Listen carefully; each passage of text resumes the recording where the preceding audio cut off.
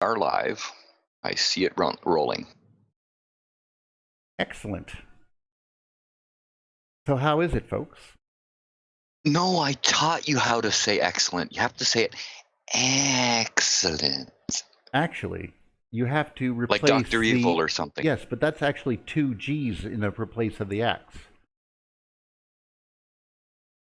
Try it again.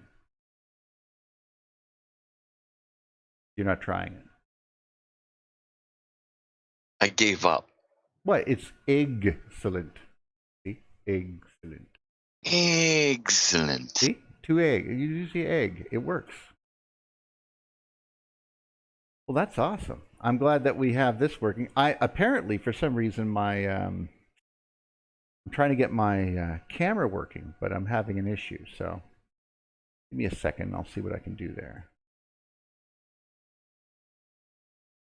Display capture.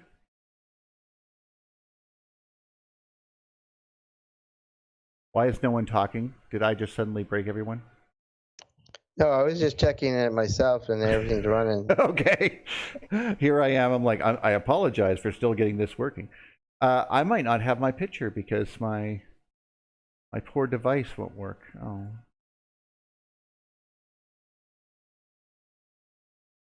Well, my little webcam, because I started the broadcaster and now it won't load the camera. I don't know.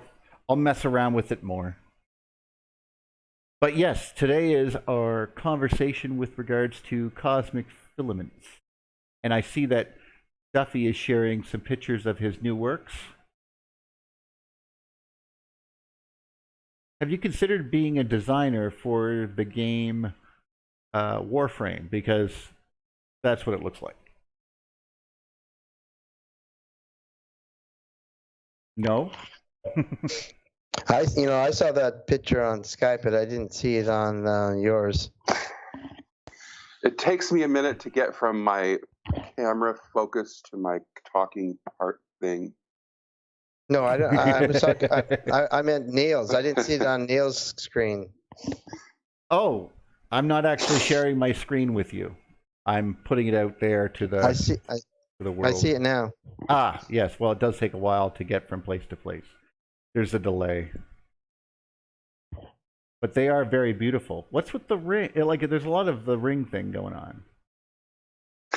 So they're all based on the concept of the squatter man. Like, what would some culture be? Picking an alternate fantasy sort of culture and imagining how that culture might react to images in the sky. So there are 6 cultures, and each culture has 2 sculptures, and the sculptures communicate the culture's reaction to the squatter man, or some image in the sky, and each of them come from a different culture. So it's all the idea of the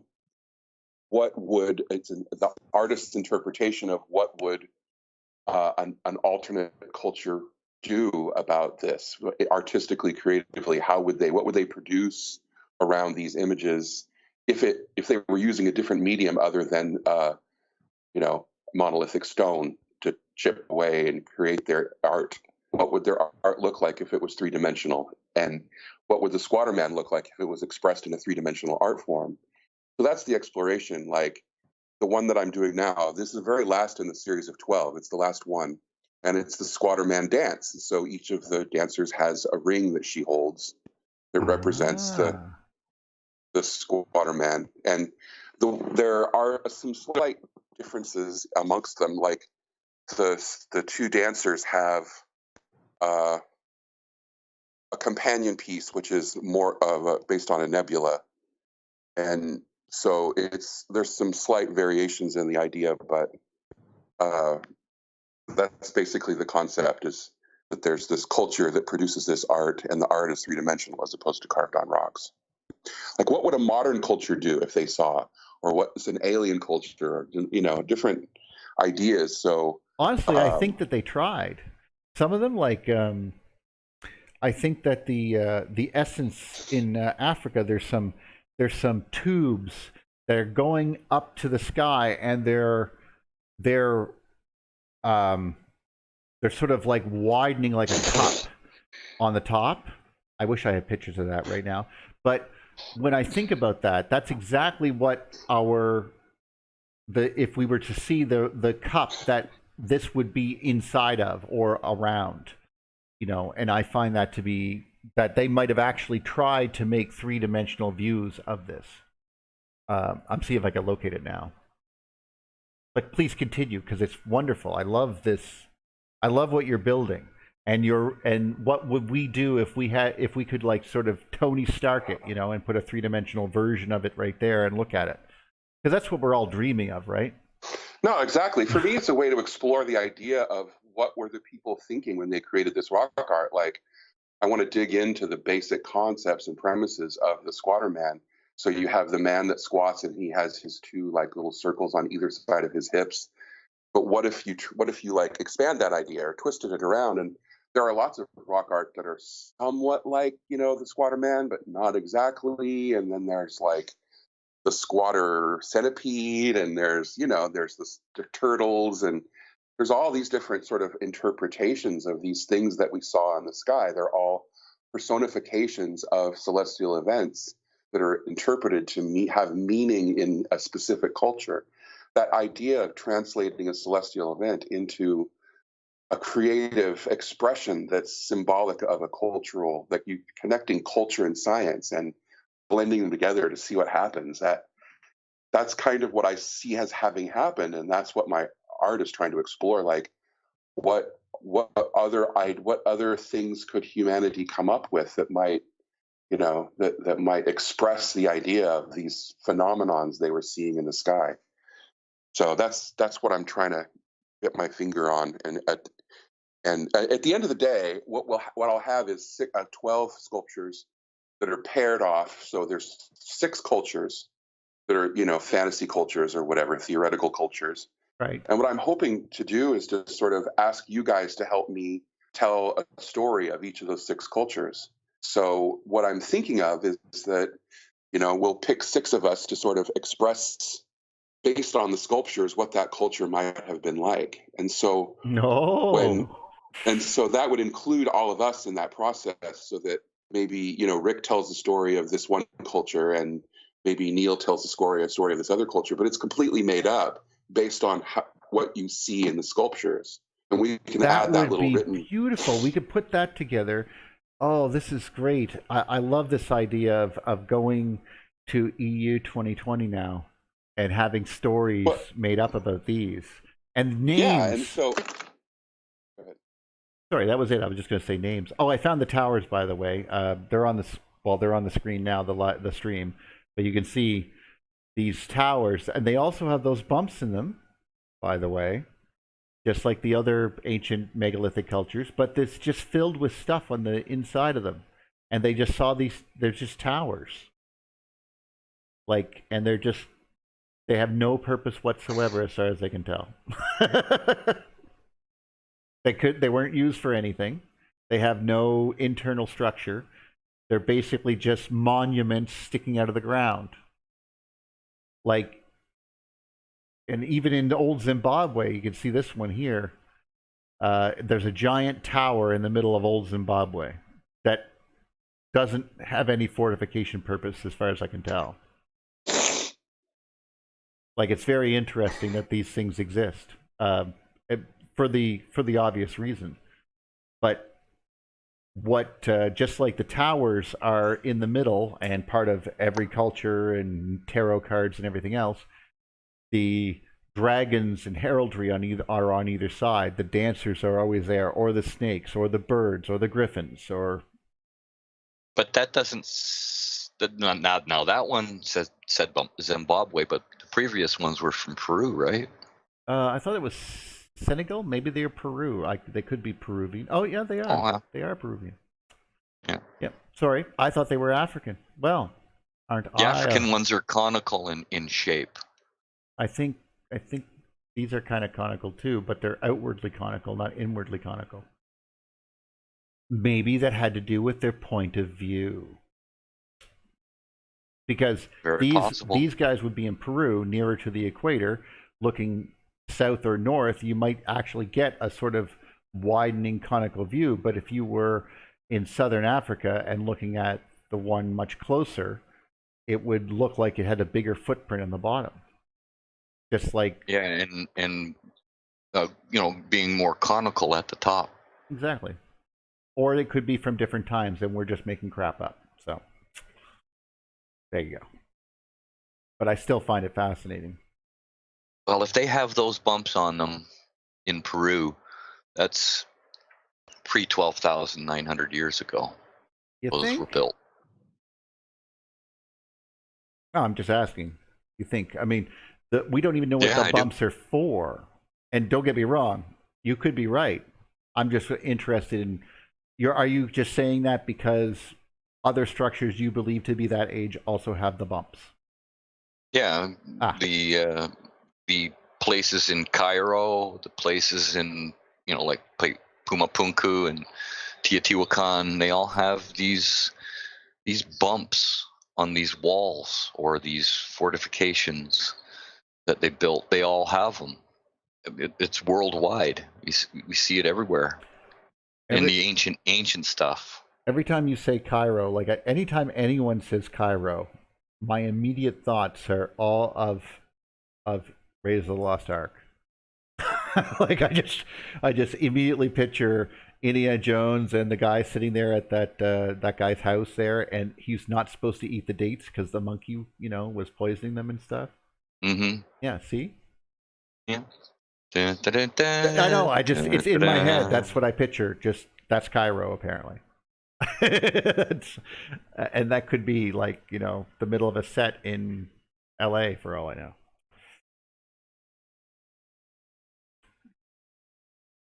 But still, it is the effort and the making of these that is very wonderful there. I can't believe what you've done. And some of these, I mean, this one is like literally a burning bird holding the world, or fire wrapped around. And I love the fact that you have like a unicorn horn sticking right in its back. Like that's, I could tell you what I think that was.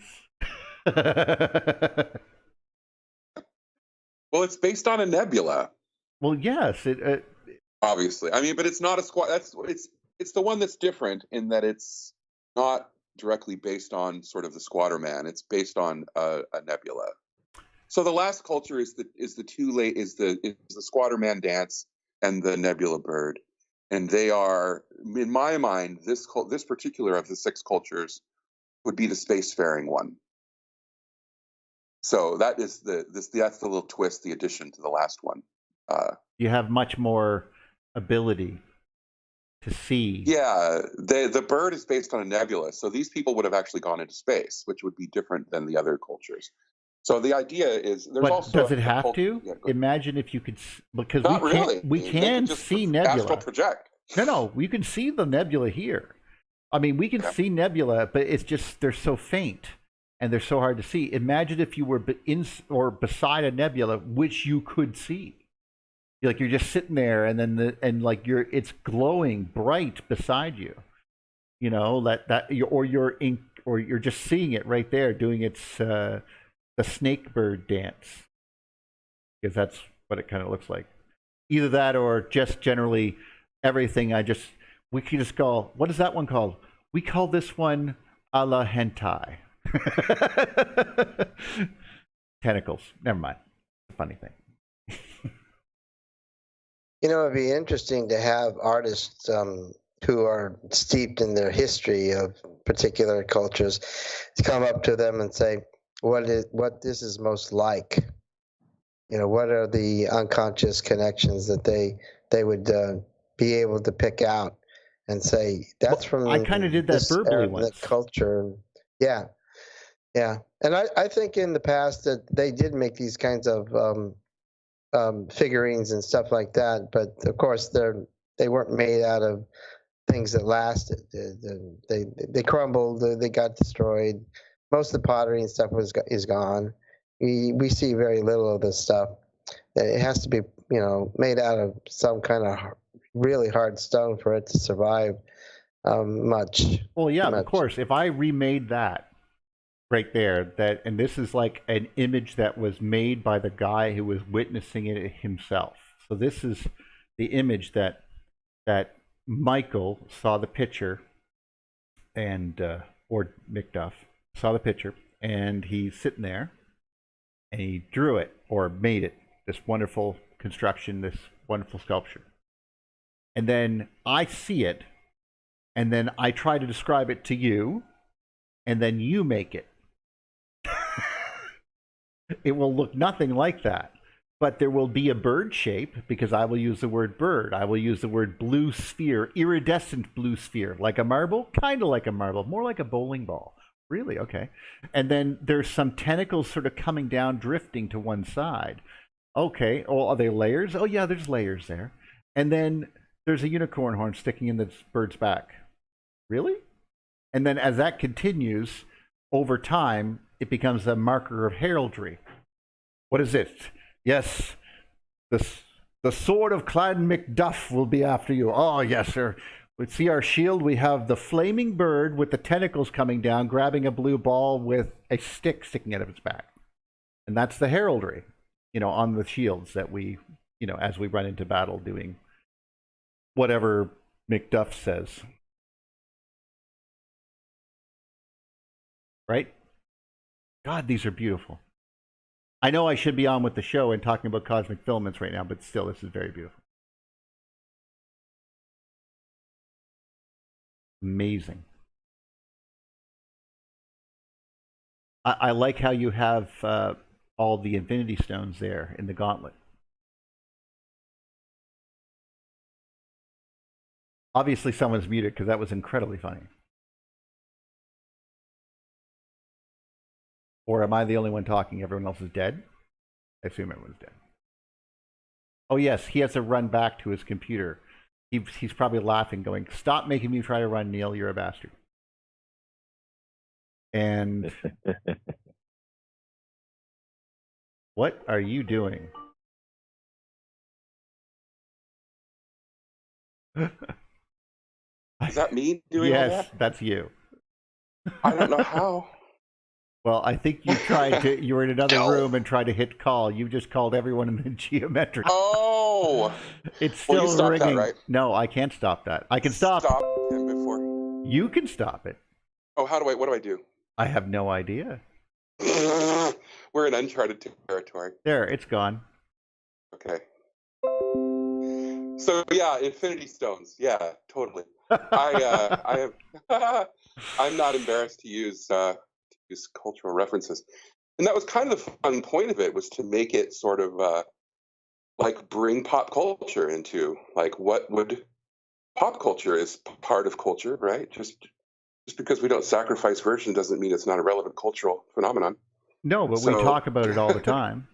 Yeah, exactly. Well, I mean, in that rap song, Rap God. So the one sculpture that has all the sort of cabochons on it, or they're little universe pictures. Mm-hmm. And so the idea being that it was sort of a Stargate, or it's a take on the sort of classic, alien sky kind of imagery. As a sculpture goes, it's a pretty straightforward idea, but yeah, just to bring it into sort of like a movie set piece or something. No, it's beautiful. Yeah. That was kind of the idea. If I had a starship, this would be the steering console. Exactly, like the gear shifter. Like, we are going to ludicrous speed. Push no, not that button, but the next one, one down. Yeah, you push that button. Yeah, that's the one. Push it. Still, they are wonderful, and I love how they have a figure that they don't like. I mean, you can see the Squatter Man in one of them, but it's not quite. It almost looks mechanical, but yet flowing. Exactly. The idea that the basic Squatter Man concept has been taken, completely stripped down, and reimagined as another thing that's vaguely reminiscent of the original. That really is the essence of what I'm trying to accomplish. Like, someone took a piece of truth and made up a whole bunch of stuff around it. And that's really what these art pieces are about. You just defined religion, by the way. Exactly. That's exactly what this is. Someone took nuggets of truth and built this whole thing around it.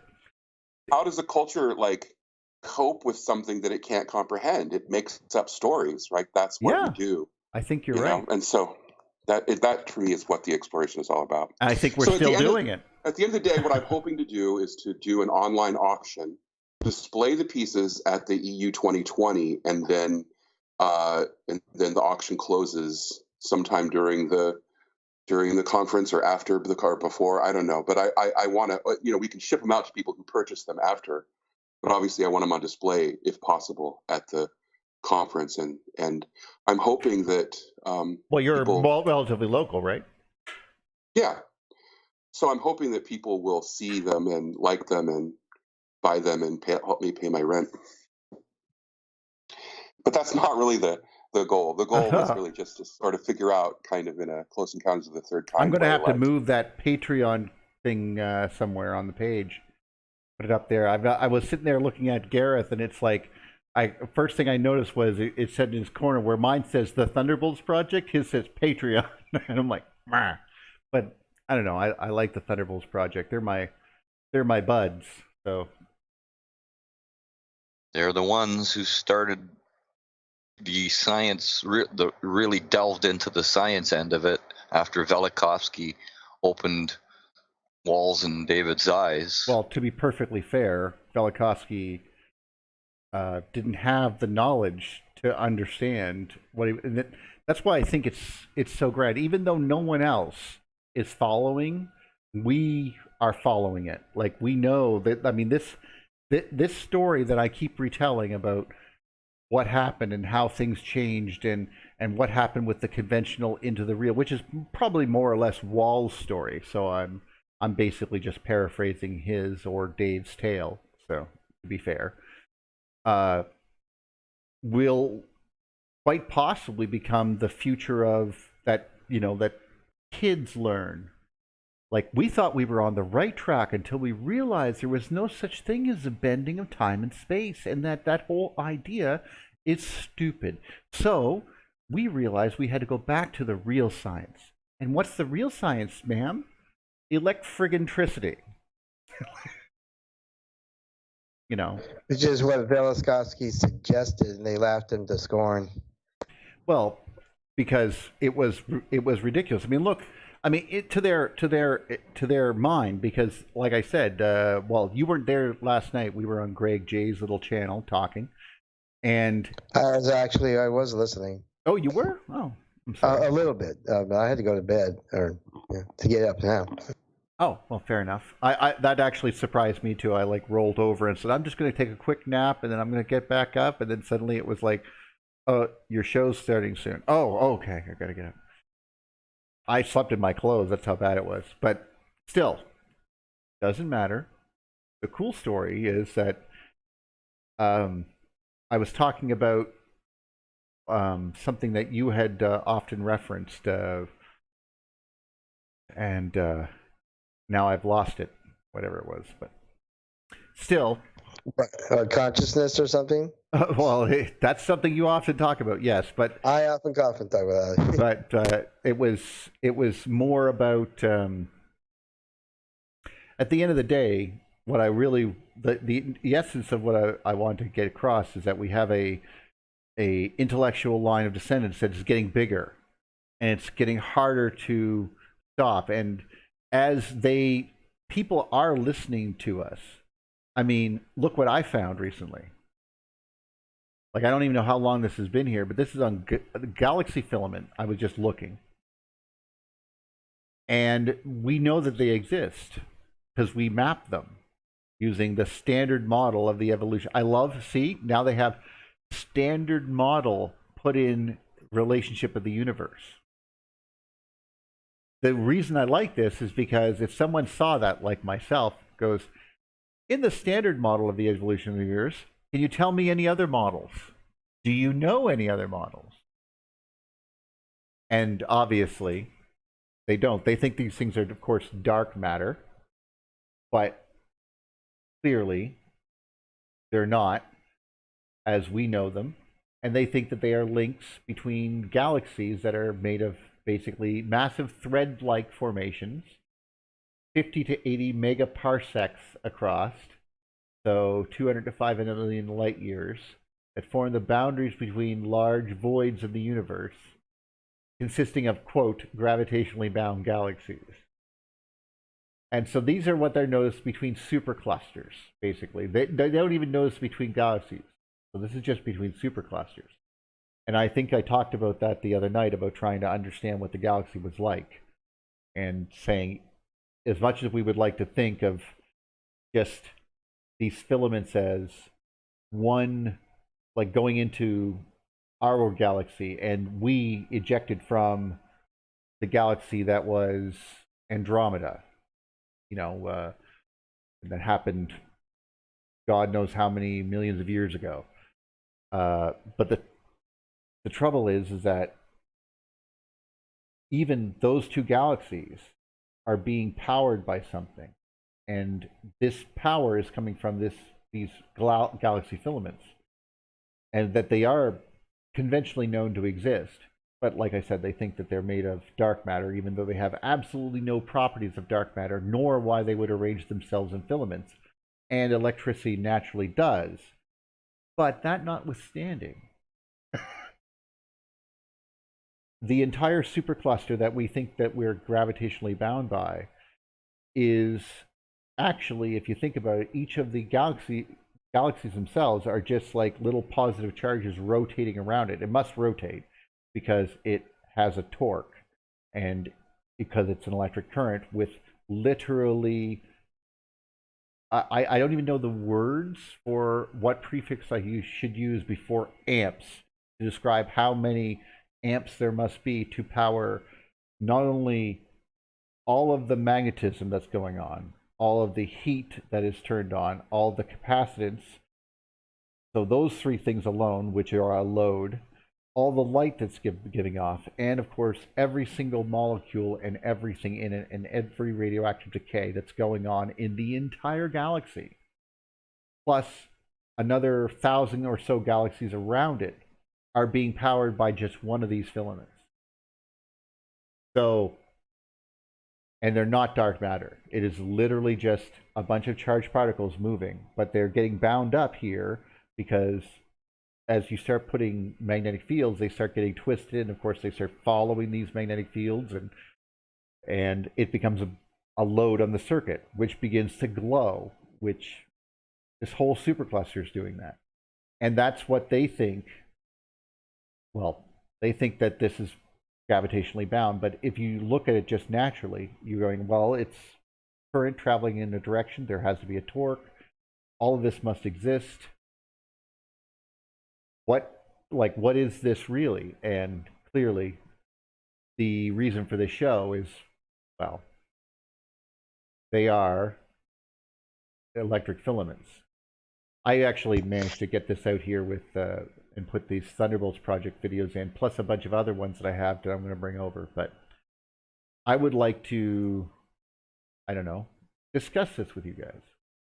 Well, the only reason why we see these filaments is these new telescopes that we have developed, right? Oh yes, we got to give credit where credit is due, that the people who existed long before us, think about it this way. 100 years ago, we only knew of the field of the Earth. We didn't even know that there was a magnetic field of the sun. And then now we can look, since the 80s, we can look. But even before that, they didn't know this. Basically, space to them was just white dots that are bright.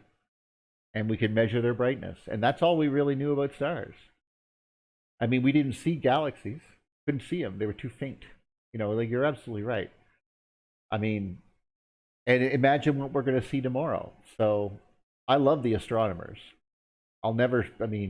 Even though, astronomers are not at fault here. I could lay it at maybe astrophysicists, maybe. Well, Jim, what's his name, Weber or whatever. Wenninger? Yeah. He was talking about that the ancients were talking about the movement of these pieces. And the only way that that could be done is that it would be a lot smaller. So the very idea of inflation is a sophistication. I think that's probably what you were talking about earlier, is that these theoretical guys with these gravity models have to be really artificially sophisticated in order to explain these things. Yes, so they have to like make quantum. them a lot. Yeah. No, I don't know about quantum so much as that. Well, I just any meant of that these it's complicated. Well, That's all I mean, Go on. they Sorry, even use I'll shut up. mathematical models to make it more, so that very few people could actually follow their reasonings. That and like I said, they make it extra complicated that it's not necessary to.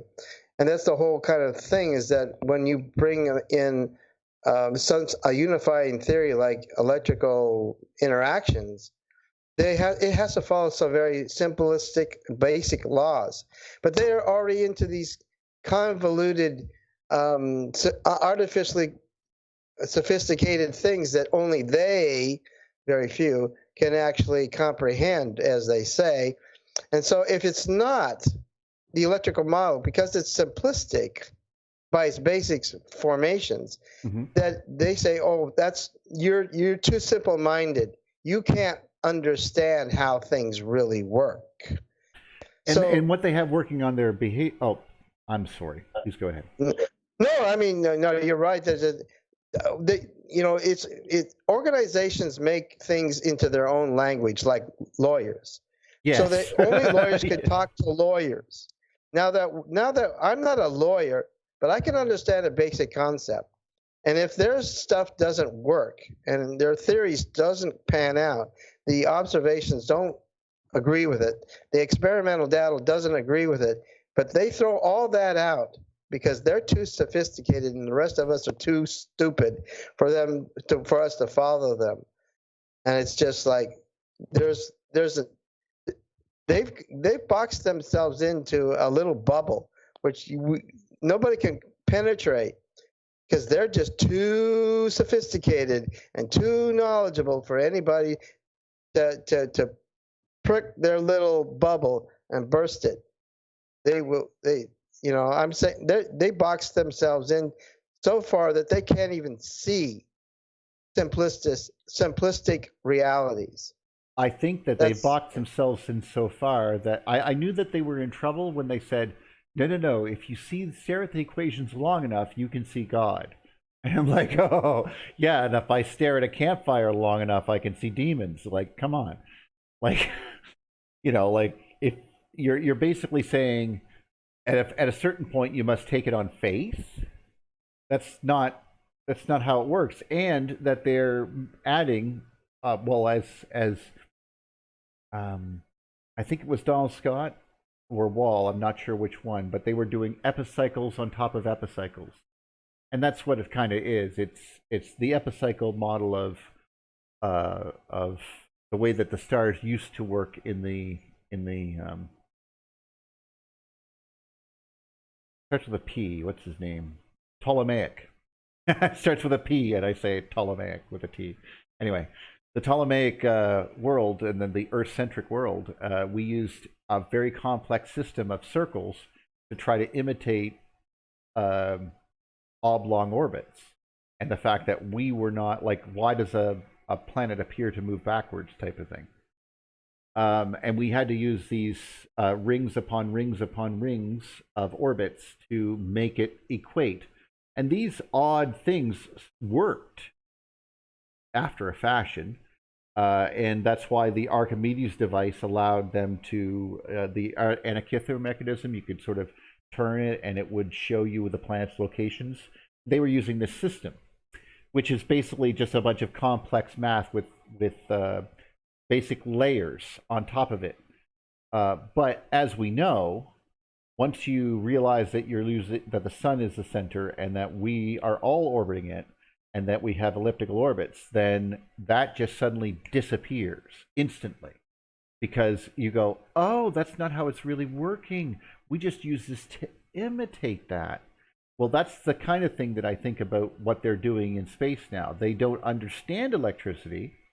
They're like trying to figure out electricity from the point of view of the 17 and 1800s, but they're using planets as their models, and they refuse to look at an electrical textbook. That's what I'm seeing. Because they're trying to understand the exact same thing that we've seen in the laboratory. Like, this is just an anode blister sitting off the top of a friggin' ball. That's what's happening on the screen right now, by the way, guys. It's the Tavishar volcano in Io. Or Tavishar, not sure how it's pronounced. But that's really just a anode blister in slow motion, like just an anode tuft, just sitting there on the surface, one tuft. The sun is covered with the darn things, but that's just one. And to us, if it was the size of in a couple inches across, it would just look like it does on the sapphire, just one little dot sitting there. You know what I mean? Just grinding out part of the surface, doing its thing. Well, since we can see Io, and Io's actually, you know, a fairly large moon, one of the Galilean moons, it has a lot of stuff being ripped right off of it. And that Tavishar volcano is just an anode tuft, but we can see the filaments coming off it. And at this layer, we don't call it an anode tuft anymore. We call it, what's the term that they call it? It's not, and the bad term is some sort of electron rain or some crap, but it's, I think Don Scott had a name for it, but unfortunately, on top of my head, I'm missing it. But it's basically like a plasmoid on the surface that's running around and creating a magnetic field around it, and what it's taking off comes up and comes down in a circle around it. It's incredibly interesting, but it's really hard to imagine that if everything could be sped up, we would see what this whole tendril-like universe is. Is it a brain? Is it a whatever? But we can't even. It's happening. It's so slowly that there's not enough light given off that we can see anything. Like, I mean, it's amazing that we know that galaxies are even there. I mean, someone has to sit there and go, that smudge in the sky, I'm just going to point my camera at it for hours. I'm just happy they do this. I mean, none of this would be possible without astronomers. So I try to not knock NASA or ESA or. Well, but, there's a problem with this, and that is that I think the reason, I actually studied circle within circles in college. It was a part of the history of my physics course and stuff like that. So, but your physics course, you had your own. Because clearly, I never followed this circles within circles stuff. Oh, okay. I had a problem with the chemistry in particular, but yes, I can understand that. The thing of it is that Kepler got to a point where because of Tycho's and other people's more sophisticated observations and got so more accurate. Damn his metal nose. I think where the problem was for him is that he could have just published and it been through the traditions, and he would have been known with renown in his eras, because he actually would have made it a better system. That was his whole point. But the problem was, I think they didn't quite say, it didn't exactly state it, but I'm deducing it, that he got to a point where his accuracy made the thing worse. The circle within circles started to go the other way. I think that's what happened. And then he says, I've got to create a better system.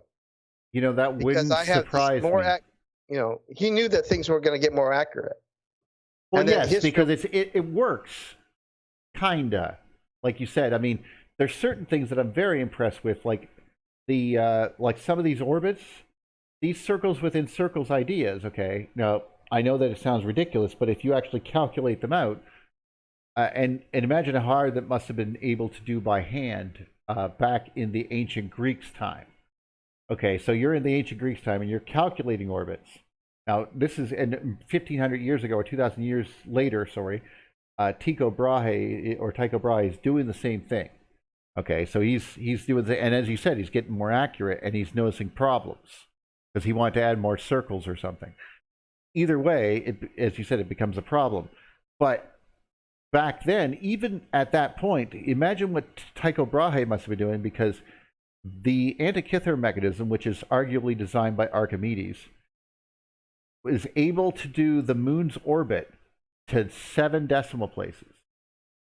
Like literally that accurate. So it could know inches where the moon was. And well, not know, it could predict, because that's what it did. You could basically see the future by winding it ahead, type of thing. But that's what we're seeing, that type of amazement of what, and if that tells you that once you start really getting into it, though, your models are just models and they're approximations. You need to know what's really going on. And that's so hard for astronomers to take clearly, because they don't really want to say, so I have to learn all of astronomy and now all of mathematics, wait for it, and now you're telling me throw all that shit out and pick up an electrical engineering book? Yep, and very simplistic, and that's the whole thing. Is that for Kepler is that he knew that his model, adding more circles to it, would actually make it more inaccurate. Yeah, that's how closely their observations were getting. So and these guys might have been competing for the. And I'm just interrupting here only because these people might have been competing for the church dollar. Like they could be like trying to solve problems, because I do know that this is when the whole the seasons aren't lining up anymore crap is starting to happen. Well, those are other that's calendar problem, but that's another reason. Yeah, that but the church cared. Yeah. Yeah. Oh, yeah. Then they paid for it, and the universities did too, in which he was working for one. There you go. So. Well, I mean, the Catholic Church was the only one that was educating anybody. So, hey, we got to give them credit for that too. Congratulations! Yes. Even though you suck at a lot of other things, amazingly enough, we have math for you and a bunch of other things. So good on that. There, I don't have to hate on the church so much.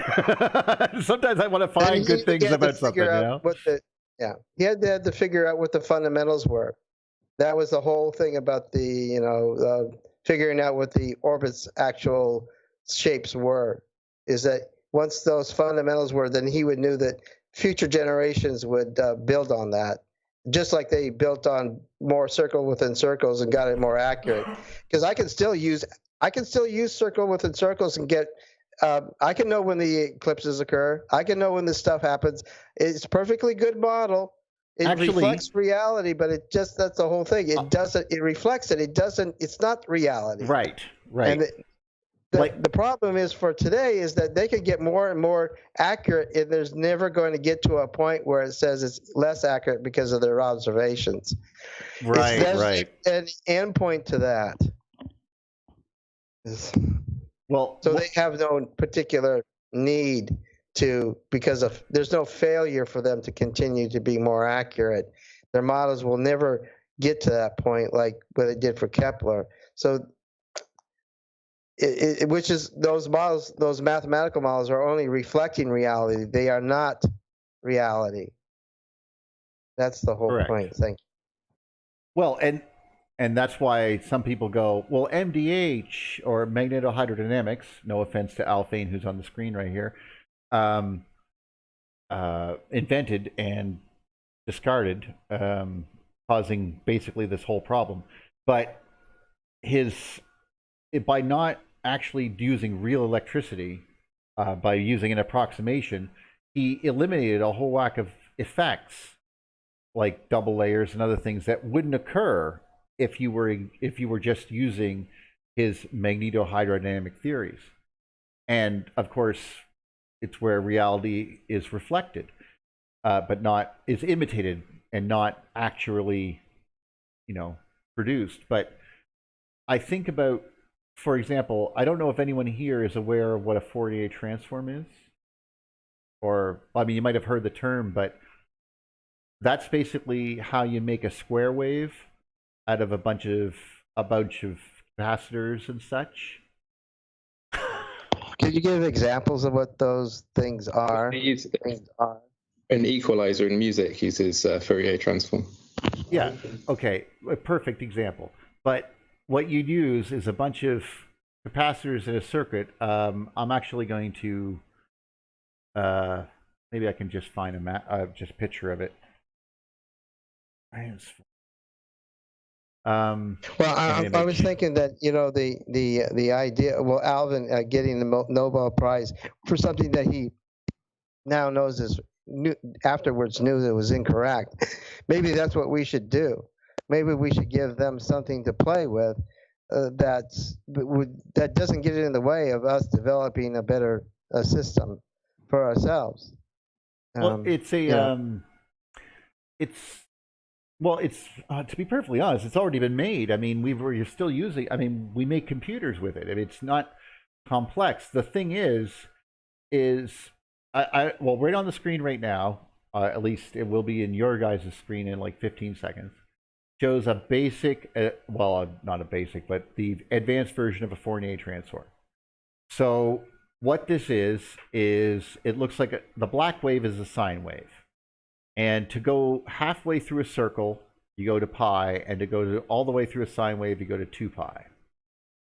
Okay, so that's your waveform. That's why it's 2 pi, because one circle is 1 pi and then another pi. Okay, so this gives you your sine wave. That's what the black line is. Now, if you keep on adding circle on top of circle on top of circle of different sizes, you will get that red wave. Well, actually, if you use 4 of them, you'll get the blue wave. If you use a lot of them, you'll probably get the red wave. And that creates a square wave, as you can see, more or less.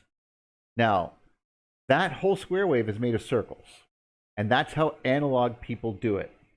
Okay? But that's not a square wave, really. It's a good approximation of one. If you want to use a real square wave, you want to go 0 to on at 1 volt instantly, and then off instantly, and it'd be perfectly flat across the whole thing. That right there is your digital signal, and that is a almost perfect wave. I mean, besides, you know, like the lag of capacitance, straight capacitance, shit like that you can't really account for, or maybe you can, you know, whatever, however you are good at it. But a chip would do this. Just put a straight signal out of on, off. And using that right there, that type of signal, is basically how we're talking right now. Because we're using digital signals going really fast. You're saying that flat line's a filament then? Well, that flat line is the musical equivalent, or 1970s analog equivalent of a square wave, but in essence, it's also exactly what Tycho Brahe was doing, because you put a circle on top of a circle. Each one's a different size, and the closer you get, the more you use, the closer to flat it gets. Okay, so but it's all circle within circle within circle within circle. There's no the big circle, of course, is the original sine wave. That's the big power that's coming in, and then you use, basically it looks like this. Like if you see it gets dampened here, this is the sort of example. It's boo, boo, boo, boo, boo, and just gets dampened out. And those are the types of things that I'm talking about in this thing. But that's what he was kind of doing. That's the type of math he was doing. And in fact, I wouldn't be surprised if his math became the foundation of, you know, radio signal math later. Because that's exactly how you do it. Circle within the circle would then be bubbles. Well, here's a better example, or there's a GIF of one right there. There's one going. I'll just let this sit there, and you can see what I'm talking about. Once it appears on your screen, you'll go, like that. But it's basically, that's the epicycle idea, circles within circles. And as you can see, if the orbit was circular, you'd see how it would slow down and speed up exactly as it should if it was an elliptical orbit. Because it would look, if you're following that blue dot out at the end here, let me jump into this thing. Okay, if you're following that blue part here, Suddenly it would be in and go out like an elliptical orbit and come back in again and go slower as it, see what I mean? And so that's why they were using these circles within circles to imitate these orbits. Remember, they didn't know the distance of these objects. They knew that they were there. They didn't know how far away they were. So, but as you can see, it makes a waveform, and that's exactly what Tycho Brahe must have been doing to try to figure out why these things weren't working correctly. I know it sounds completely crazy to imagine orbits and Tycho Brahe being compared to a graphics equalizer on a soundboard, but similar math.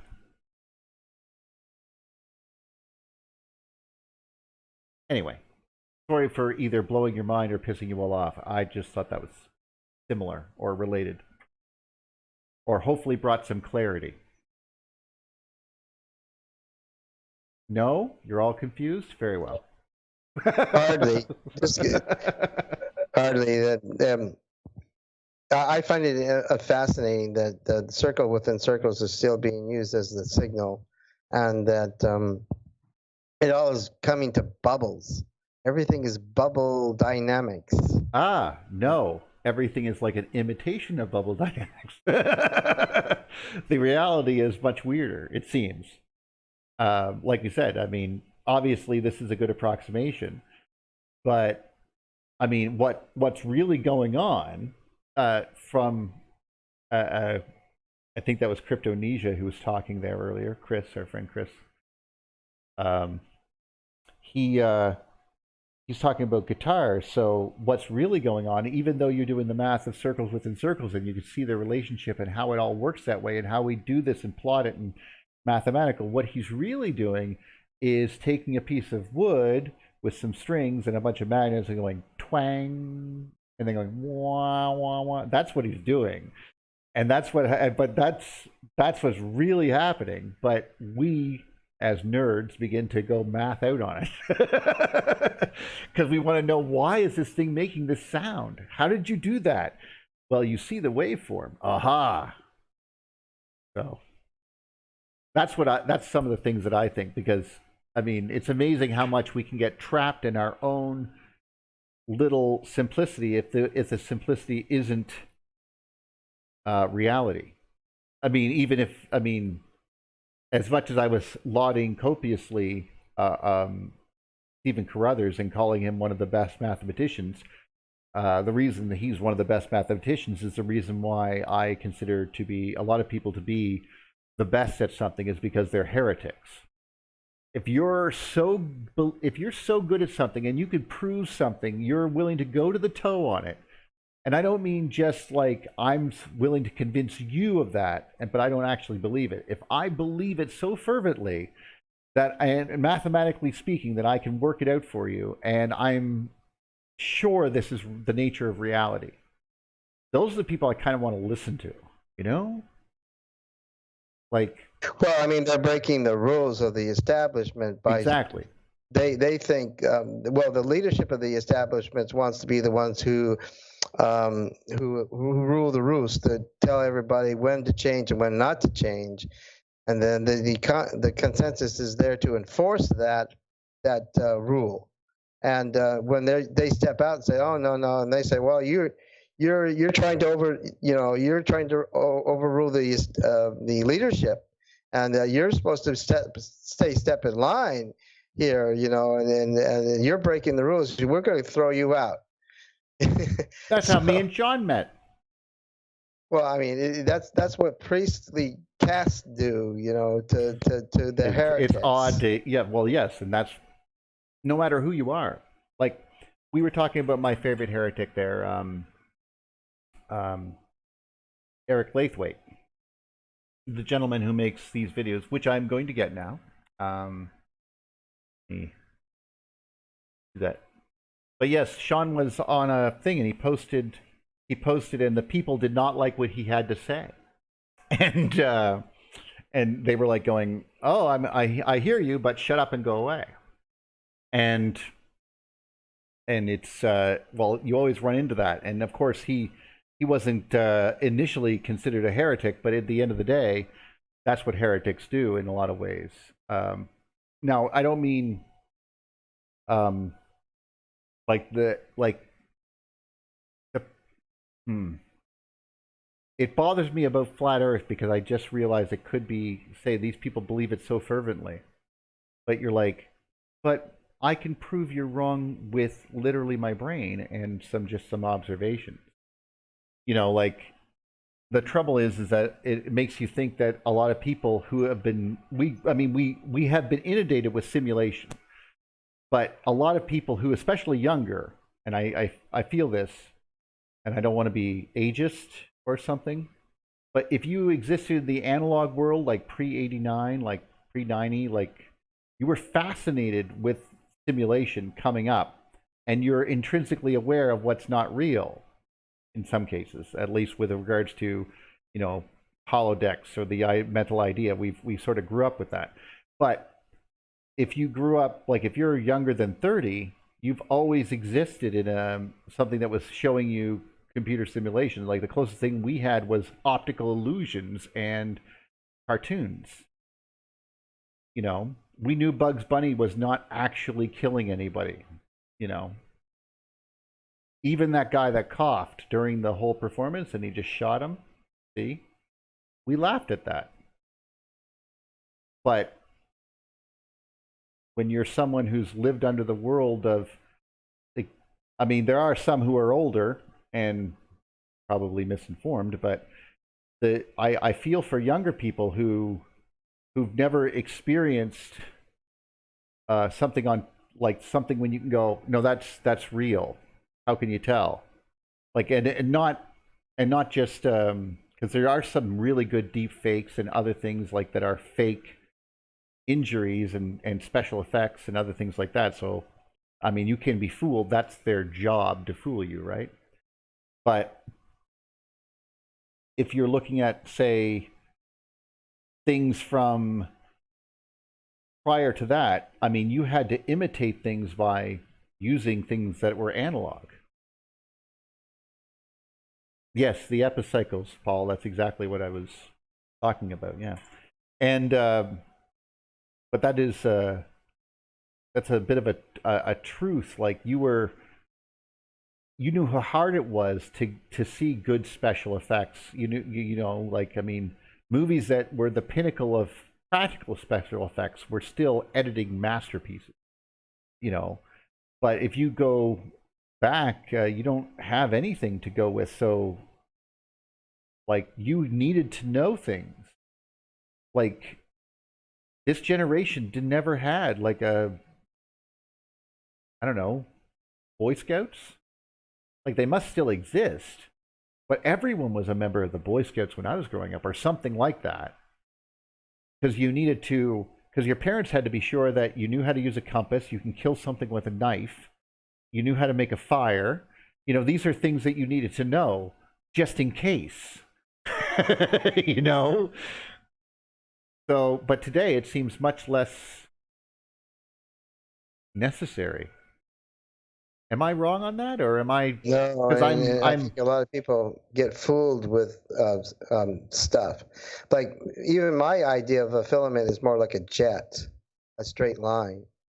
And it's very interesting when you're talking about, because you're saying that the filament is like a sine wave. And then I thought that, wait a second. Oh, it's not. Oh, it's not really. Well, you said circle within circle on top of each other. Okay. No. The sine wave is how we use alternating current here in the world, or how you make a note go from into a speaker. So that's why they're very similar, and we use the sine wave curve because that's when you strum a guitar string, that note you hit is going to look like a sine wave going back and forth. That string is going to go to one side, to the other side, and back and forth and back and forth. And in so doing, if I were to plot that, it would look like a circle rolling around if I was to plot it over time. So that's why we use sine waves. And that's why we use sine waves in actual waveforms when we're actually like doing waves across an ocean. We use sine waves because Those are naturally occurring oscillation. However, the Bessel function which I might as well bring up because that's the next part of the thing, is when you start seeing them they're going in one direction but spiraling around. So now when you're plotting that, you're going to have two different sine waves if you're looking in the x and y axis, because one's going one way and one's going the other, and they're not equal. And so when you start plotting this in 3 dimensions, that's when you start looking at something and seeing how, because if I was to give you a better analogy than your stream jet, you know those little things that you stick your fingers in and then you try to pull them apart and they grab a hold and you can't, the harder you pull, the more tense it gets? That's more like a Berkeley current. The more power going through it, the tighter those magnetic fields wrap around. And so, and of course, there could be filaments that fly off, and I'm not going to try to describe to you all the weird stuff that could happen in a plasma, but generally speaking, that current that as you pull, imagine when you pull that another, like it was just sitting there loosely around your fingers and you're not giving it much pressure. Imagine that there's just a slight glow to it, just about a millimeter off of it, you know, just a little bit off of it. And then you pull and it starts getting brighter. Oh, wow. And you pull a little bit harder, and not only does it get glowing, but there's another little glow that starts out of that one, like a little bit further out now. And so about a centimeter out. And you're like, holy cow, now there's 2 glowing things. And you pull really hard, now there's 3. Well, that's kind of what Berkeley currents are like in a way. Because they're inducing off of induction, which is the primary current. And they're all going in different directions, because if you remember correctly, they're going in one direction, but they're also spiraling.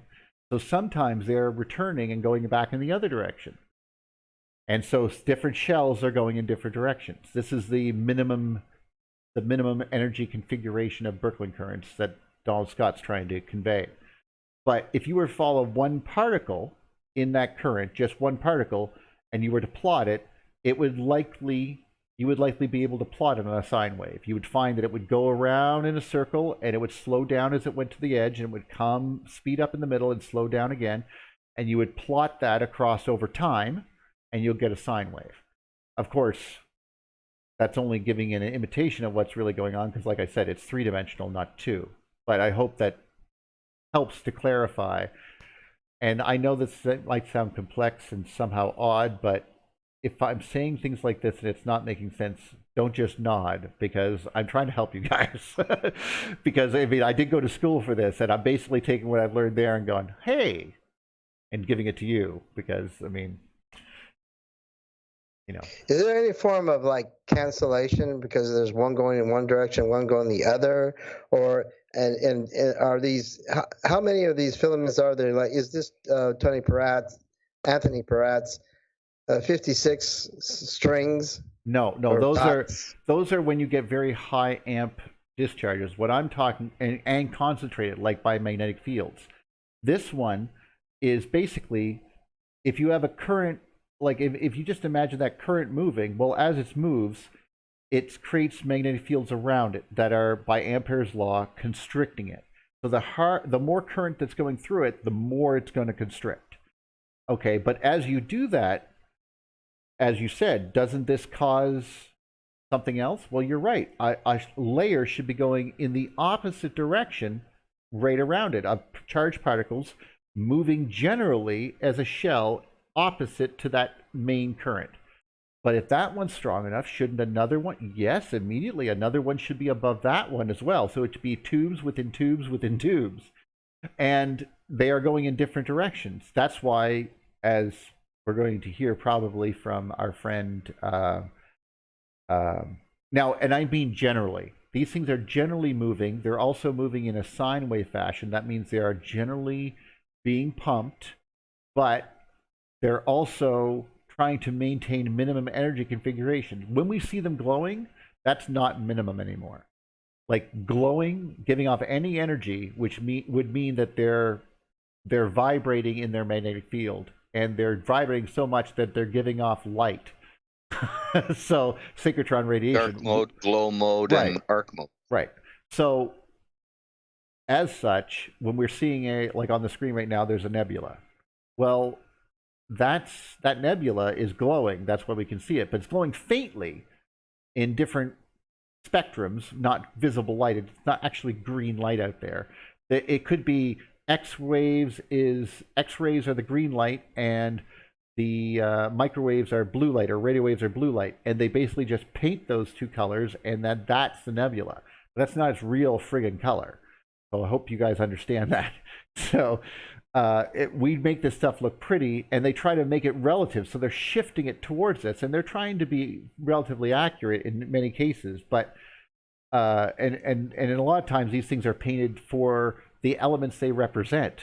Like, we know that red is oxygen vibrating in many cases, so we would make, if we see oxygen filaments, we will paint them red in our image. That's why some of these things look like they do. But that's not what they really look like. In real life, you can't see them. They're not in the visible light spectrum. So only radio telescopes can see them. Exactly. So when we're seeing these filaments, that means they're no longer in minimum energy configuration. They're being constricted by either by nearby magnetic fields and stuff, to the point which they begin to emit energy. So when we're talking about regular Birkeland currents, they're trying to transfer their power, but do it in the most efficient way possible so that it's not interrupting anything else. So basically, it will form these long tubes that are very diffuse. Therefore, you're not getting that shell effect as much. So the current can be going, but really wide, much wider than the galaxy itself. And that's why we see these large, I guess you'd say, sort of bowl shapes that you know from David LaPointe's videos. He's always into these bowl shapes. Well, they are at around galaxies. And these giant bowls are the focus. It begins to pinch down because of the magnetic field of the galaxy. But if we think about that, I mean, these things must be flowing. I mean, we know that there are currents coming from the sun to the Earth, but we can only see them with visible eyes when they're right next to the planet. That's when they're glowing that much. But we know by radio, the aurora, right? And the radio telescopes can show two long tubes coming out of the North Pole towards the sun. But we lose track of them in the solar wind because they become literal minimum energy configuration. They're basically no longer, the currents are still flowing, but they're very diffuse, and they're not giving off any energy. They're in dark mode. Well, very, very dark mode. Yeah, and to James's question about movement, opposition of movement, that's how these Birkeland currents, one side of the Birkeland current is moving in one direction, and it has these tubes that are counter-rotating within it, and then the opposite side of the helix, the double helix, it's moving in the opposite direction, but the tubes are moving within it in counter-rotating drums as well. That's how I see the Birkeland current moving around. That's very interesting. And you're talking about the nebula out there. It got to me that we've already moved past Kepler's inaccurate analogy. Why he changed things. If you use ARP stuff, you already know that things are much more sensible the closer you can get them to us. So gravity is not able to do this. Right. They're just saying it's just a big mystery. But basically they've said gravity's failed. It can't get more accurate. The model is incapable of explaining the data that we see as they lay it out. You have to get it much closer to us in order for it to be more reasonable and possible to get more accurate about it. But they said, but our artificial sophistication says that we can go to infinity. Well, They have no limit. I think the biggest problem is they don't. Space is incredibly vast, and they keep pushing this down our throats, but then they forget it themselves. Like, I mean, if someone told you, if someone said, "I'll give you," like, let's say, a kilogram of uranium, okay, like 1,000 grams of uranium, okay. And then I was to say to you, do you want all the power of this or the power of all of the electrons in just the solar wind around the sun and basically all the way out to the heliopause? Oh, you're talking about the power of Grayskull. That's, well, I was going to yell He-Man later, yes, but He-Man. Anyway, but the idea is which has more.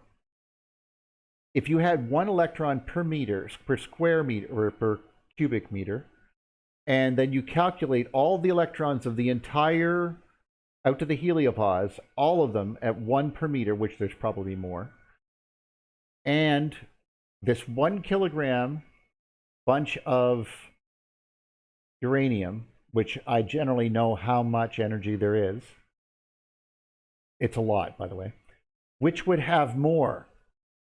And you'd have to do the math, but I would hazard to guess that there is way more energy in one electron per cubic meter around this entire solar system if I would just start to do the math because of how many literal cubic kilometers there are. There's so many electrons. And we admit that there's at least that much, or 10 times more. So exactly what, like, that is a lot of energy. There's probably enough electrons in the general area of the sun, if 1 electron per cubic meter, that all of the energy that mankind has used since the dawn of time, including fire, would not equate to it. The amount of power of that. Probably not even close. See? So, like I said, they have no concept of their own space when you put that into electrical terms. When you put that into space, it just gets ignored. Oh, it's just space. It's a number we write down, and then we calculate the lensing effect or whatever we're doing. But if you go, well, how many electrons are there? Okay, what are they going to do? Oh, they start going towards particles, don't they? What are particles? Planets? Because that's what it does in the lab. And so you start seeing these things. Anyway, I better not put Veritasium on, because that'll get blocked. Sorry, it went to the next screen. You've got almost 45 in the chat, Neil. And they're just listening to me babble on. I don't understand that. I'd tell me to shut up. All loyal heretics. All heretics unite.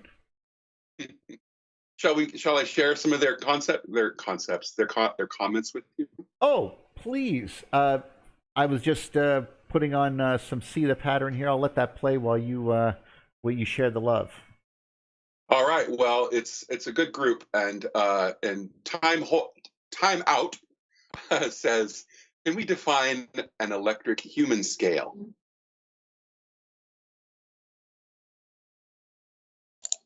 Ooh, I don't know what that means exactly.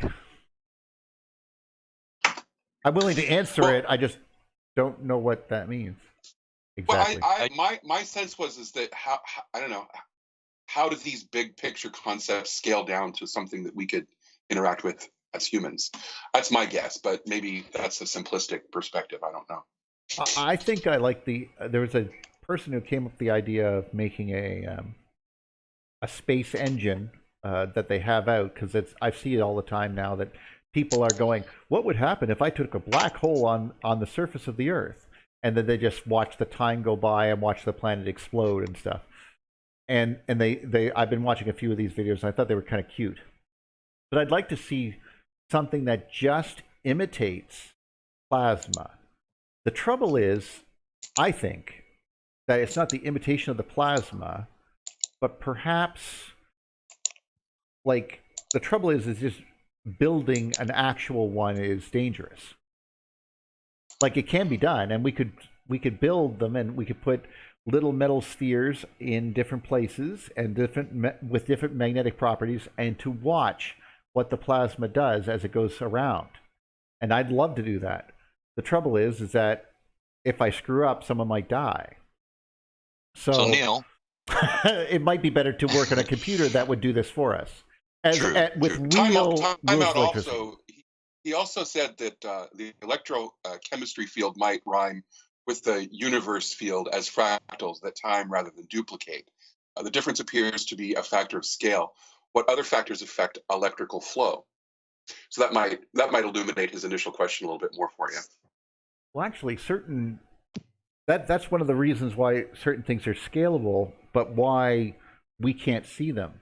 Like when you do the rules are the rules are, for example, the magnetic force around a wire will be related to how much current's going through it, and currents is expressed in amps.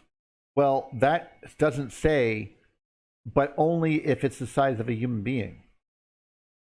That rule applies no matter how many amps and no matter what it's doing. So if I'm describing, when he builds this squatter man right here, this little doohickey that's on the screen, he built it in about using 1.3 million amps at 2 inches across or so, maybe sometimes as high as 1.6. Right now, we have 300,000 amps traveling into the poles. So that's a factor of more than 5 or 6, right? Something like that? Yeah, somewhere in that area. So that means whatever was going and making the squatter man was literally 5 or 6 times more current than we currently have. And that's just math. There's no relationship. So certain things like that, like are finite, like our actual rules, but the space that they can occur in can be much larger or much smaller, but it doesn't change the effect itself. And that's I guess the odd thing about electricity, because everything in astronomy tends to work, besides collision, in they like the what's it called, inverse square law. Like everything, light and gravity, all apparently use this inverse square law. And I think that's probably, well, that doesn't apply to electricity. There is literal linear relationships between things. Like what he's describing on the screen right now is that belt that's going around the local group that we are a part of. And that sounds fantastic, but you realize that means that entire structure, if it is making sort of an hourglass shape, a squatterman shape, then with a torus around it, then that means that whole current is 1.3 million amps. But it's not, because it's that's really a lot weak. of energy. It's amazing.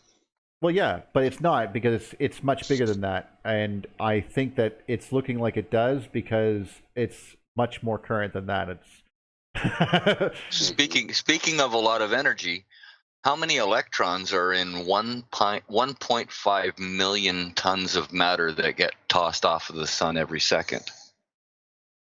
Well, does it? Yeah, that's what the standard cosmology says, is 1.5 million tons of material end up in the solar wind every second. Here's my thing for you, though, and I'm not trying to complain or chastise you or anything, but first thing is, how did they come to that conclusion? That's always my first question when it comes to standard, because they say this, but they don't tell you, oh, because of this, because of this, because of this. Well, that's how much is coming off, because that's what they think is coming off the sun. But if the sun is only hydrogen, what if the sun is rocks? So it's basically stripping off material. And we're only measuring it as it goes by the Earth.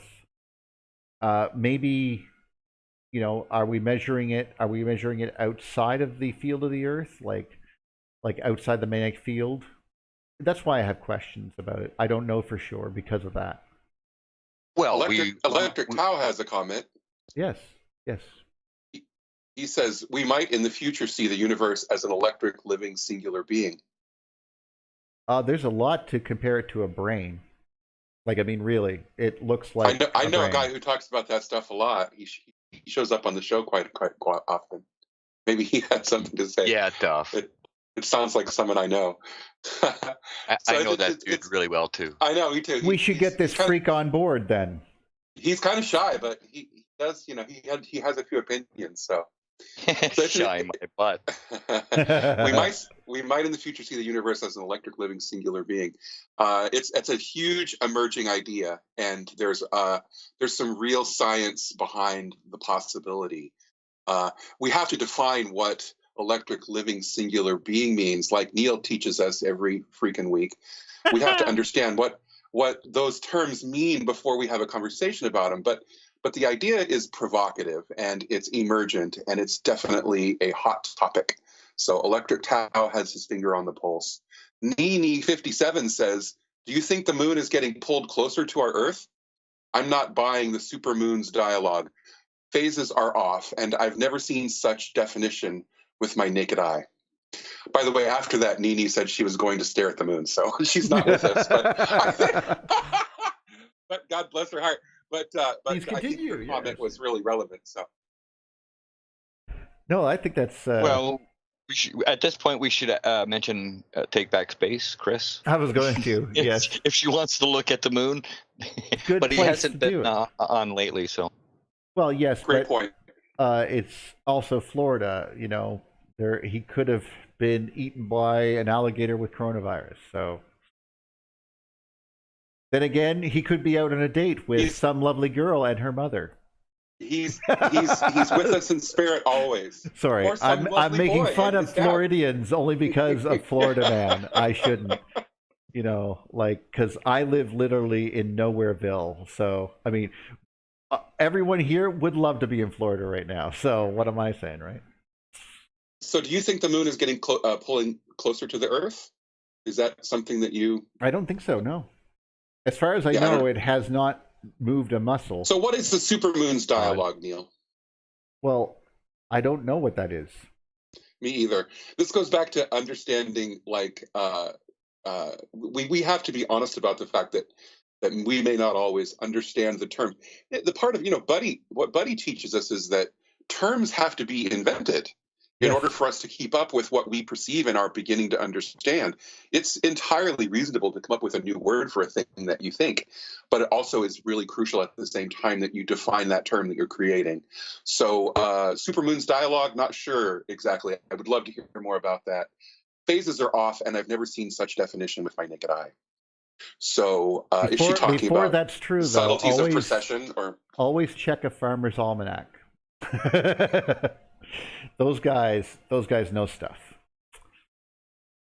But I honestly do not know. The moon seems to be moving away from the Earth at 1.4 inches per year. Okay.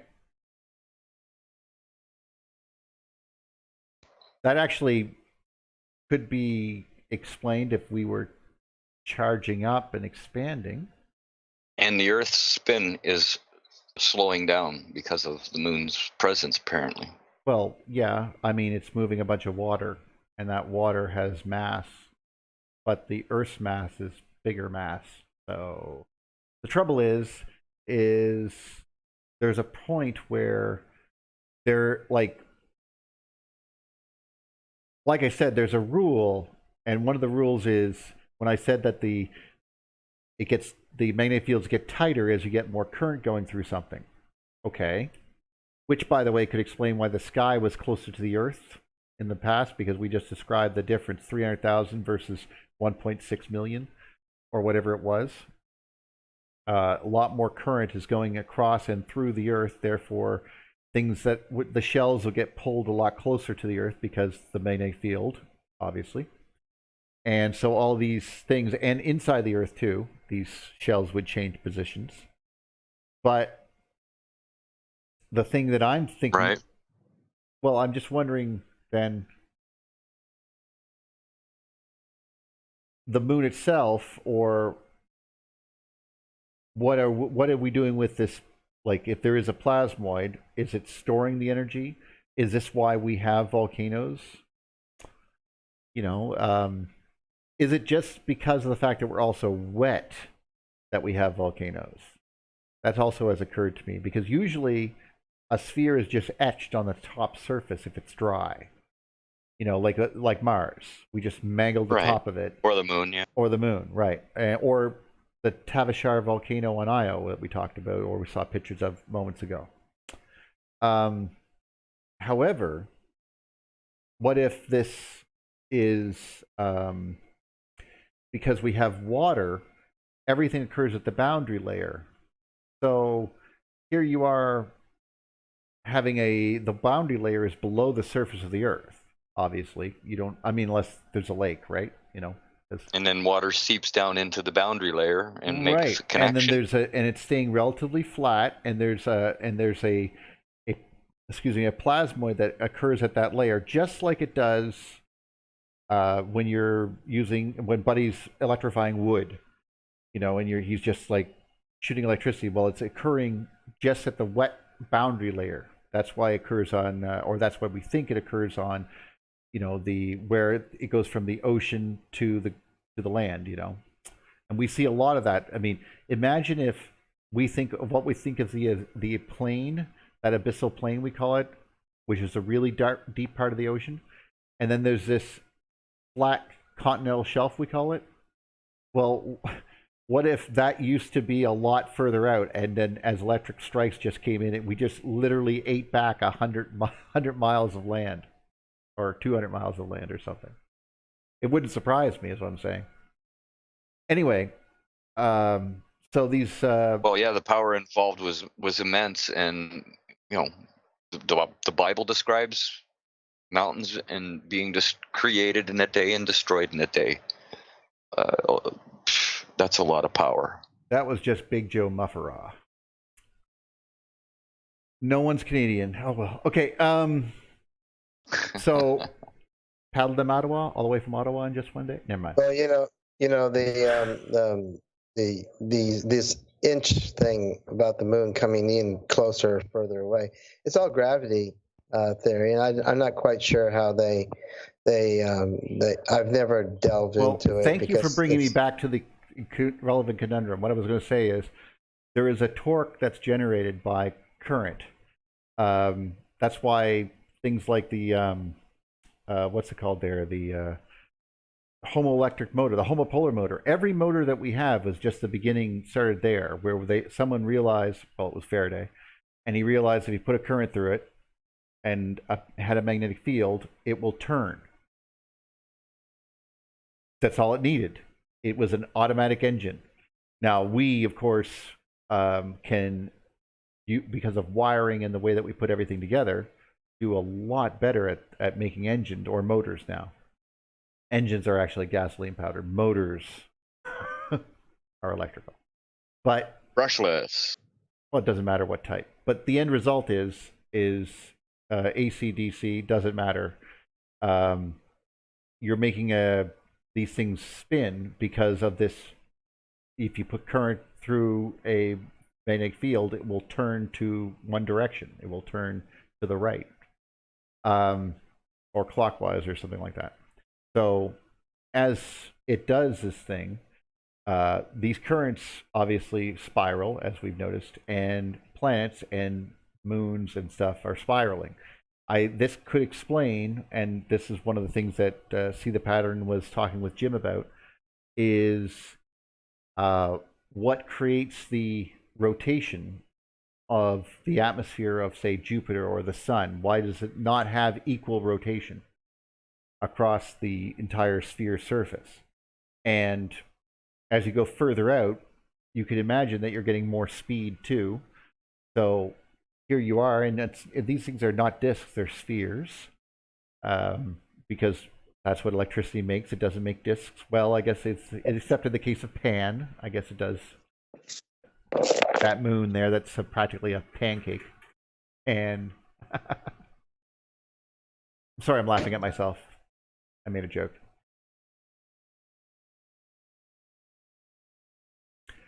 Anyway, I didn't mean to interrupt you completely there. I just wanted to get that thought out there, James. I'm sorry. Please go ahead. No. I'm very informative. Exactly the kind of things that we were looking at. But I also wanted to put it in the historical perspective that the Romans had an 8-day week, and it was a 40-day month. So that is so weird.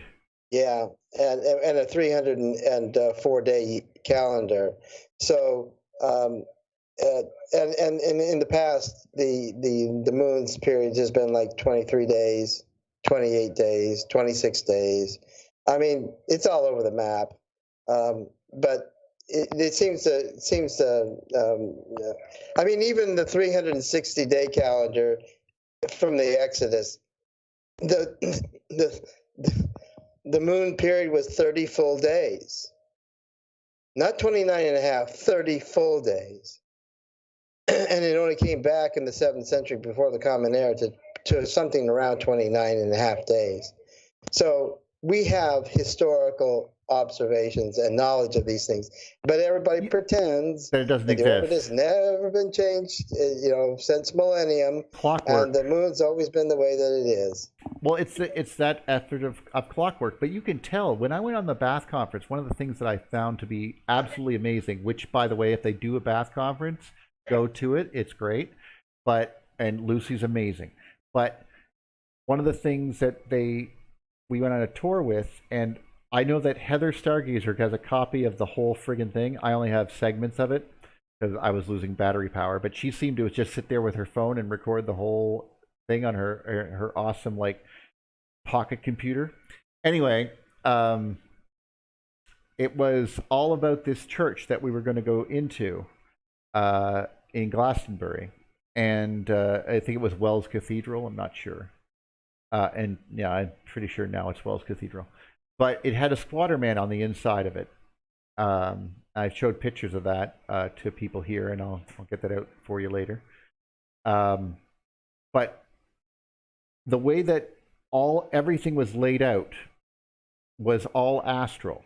Like this thing to the side was this. They knew that this represented the moon, and I was like I was just watching in almost stunned disbelief. It's like, wait a second. So it's about the moon because each corner had so many days. There's so many steps to reach the moon, 29 and a half steps to reach the moon. And it was a half step. Everything was all laid out to make sure that you knew exactly that this was the moon chamber.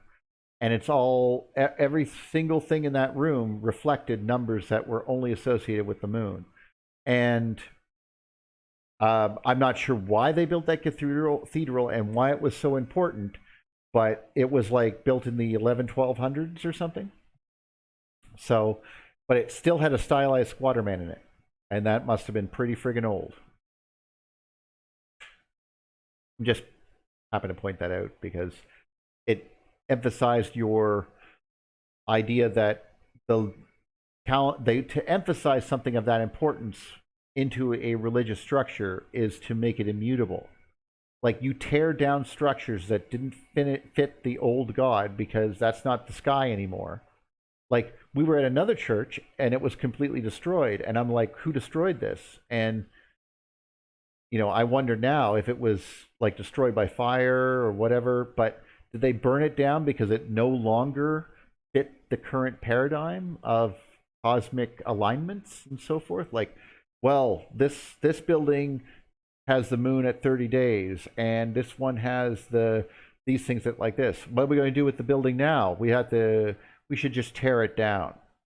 Tear the whole building down and start again with a new building that correctly reflects the skies as God now has put them. I mean, I wouldn't be surprised if they would, is what I'm saying. I mean, the people who are sitting there who are building this are going, you want us to do what? Okay. You want us to tear down our church and build another church? Yes. That sounds really stupid, but we'll pay you. Oh, well, that sounds really smart then, Bishop. Sure. You're going to employ us all for 15 years? I'll get right on that. You know what I mean? Like, it's just the way I kind of picture it going. Like, because it wouldn't be scaring any of them. It's just scaring the religious people to be in a church that no longer reflects God's will. It might as well be pagan heresy at that point, right? Well, the hiring was in the hundreds of years, actually, for building some of the cathedrals there. You're absolutely right. You are absolutely right. Yeah. Generations. And the bishops that ran the institution, there was bishops. There was a cathedral there because there was a bishop, and that was the place where all the money came to anyway. So they knew that it's kind of like building stadiums nowadays, I suppose, for billionaires who don't need it. But wait a second. So, I just realized that what we're talking, that you just, no, in my mind, you just compared Brunelleschi, the guy who made the Florence Cathedral dome, when no one knew he ever could, and who didn't use any constructions. In my mind, he just been compared to like Donald Trump. Like, oh, the church wants to do that. Yeah, we'll knock down that building. Sure, kick out the slums, move it around. Like, I shouldn't be thinking about that, because I honestly do not know what his career was like in construction. So he might be more heated than I was hoping for, but I didn't know any other construction people, that were also, like into shady deals is what I meant, like, like with the church and like, type of stuff. Go ahead. Sorry, I didn't mean to interrupt again. No. I was just going to go on to the point where, where was I? The 7th century, in 672, when the orbit of the Earth changed, and the Chinese spent the next century changing all their records to fit the new order of the thing, and the only way that you can do mathematically the retro calculations of the solar eclipses, that they say that they can go back further, even to the time when the calendars were only 365 days and 360 days, and the one previous to that 354 days. When they want to pretend that they can go back that far. Well, yeah. And the only way that you can do that is if the Earth has only been orbiting exactly in the orbit that it is right now. Well, and this is the thing. I bet you if the Antikythera mechanism was actually built exactly the same and was still perfect, we would find it doesn't align to today. Like, oh yeah, it wouldn't fit the 7th century. So well, yeah. So the whole thing about the mathematics model here is that it has to be perfect. It has to have been that way in the past, exactly as it is now. Otherwise, it won't work. The mathematical model won't work. And that's what, and in a way, we kind of want that. I mean, the same thing that the mathematicians are dealing with now is the same thing that the priests and the bishops were dealing with back when they built that cathedral. They want their numbers to reflect the way it should be, or divinity, or something. Like, they're not. It's like you're not reaching for the truth with a heretical avarice. You have a hidden fear of the truth. Almost, it's a different mindset. I may not be saying that correctly, so I'm sorry if it didn't make sense. It did to me, though. No, but it's funny because it's in the 7th century it changed, and Kepler in the 17th century, 1,000 years later, is still trying to figure out a way to make it work in the filaments, as you were saying, circle within circle, bubbles, or whatever we want to call these filaments. I like He's still donuts. trying But, yeah. to make it work. Yeah, they were still trying to make it work, and well, and I wish the Antikythera mechanism survived, like intact, so that you could just keep on turning the wheel and look at 2020. You know, like literally spin that thing 1,000 friggin' times or 10,000 times until it hits today, and you'd see if it matches. Well, they're kind of doing the same thing with temples, and they said, "Oh, on a certain day, Exactly. you can, Yeah. you can figure out what the alignments were, but you have to know the calendar date to know when the eclipse, the solstice was occurring. What day? You have to have the calendar. They don't have the calendar for almost all of these things except for the Hebrew one, and it doesn't fit. In fact, in the Bible itself, it says that it was working for a while and then it didn't work. Well, that tells you it changed. So the astronomers say nothing's changed. Well, they're going against reality or whatever you can read in the Bible, for God's sakes, or any history document. It tells you that things were working fine, and then all of a sudden they didn't, and it was sudden. It didn't happen over time. Well, yes, and I wonder what that was. It makes me like, did we at certain points like sort of pump up or sort of like get more energy for a short period of time, throw things out of whack, and then it sort of has relaxed now to a similar time it was in the Greeks' time? The reason I ask is because obviously we do know certain things about, like, we know that it was about the moon. They knew the Saros cycle. They had the 19 years, 235-month comparison that seemed to work out. 232? Not sure the exact number. But those cycles for the moon were worked out. So clearly they had a moon. They had it worked out to the numbers. The numbers seem to be fairly accurate for what they are today. Like you could predict eclipses with this thing. So that's good. Are you talking about the mechanism that the they mechanism rebuilt? itself? Yeah.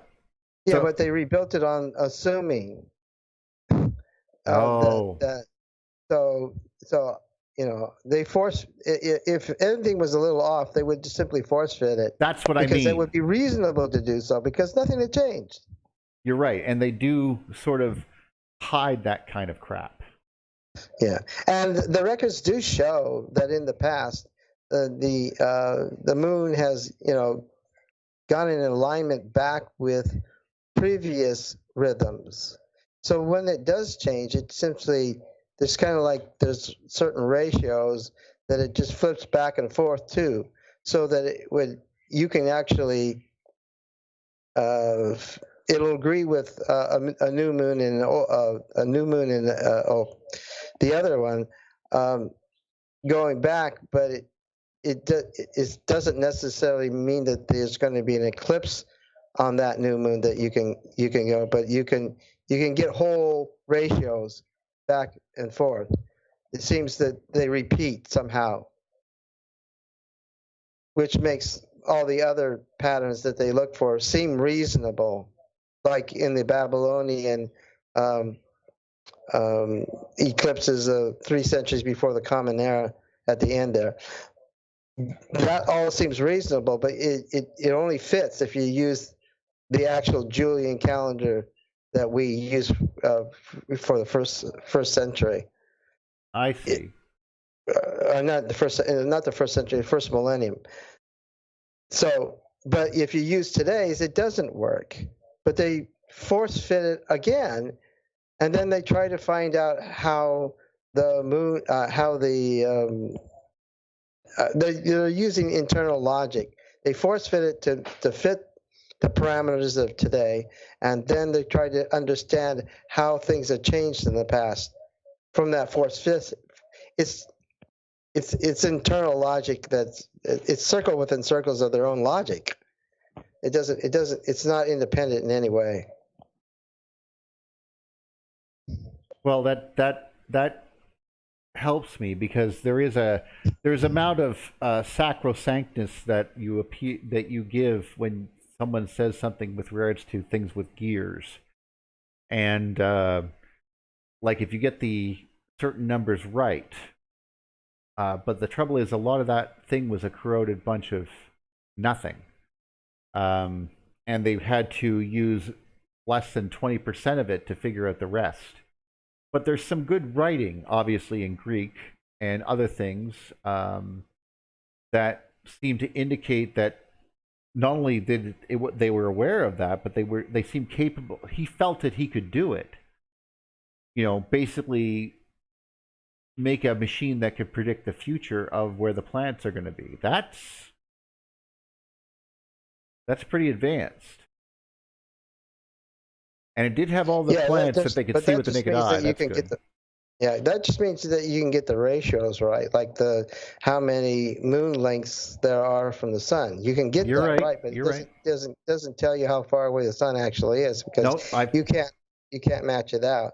You only get the ratios. This is the same thing that they did in France, they just discovered that this triangulation for stars and whatnot, they tried to use this for, shootings and stuff like that. And they can measure how far away all three parameters are. So they know, so they use the angle. But they found out that, if there's more than one building, you can't really tell where the bullet came from, unless the guys, there's a casing inside the room, or, it just confirms it. It doesn't tell you where it came from. And they were trying to use it in France. They were using it as, an absolute knowledge that this angle proved it came from that window or something like that. So that person in that room was the shooter, basically.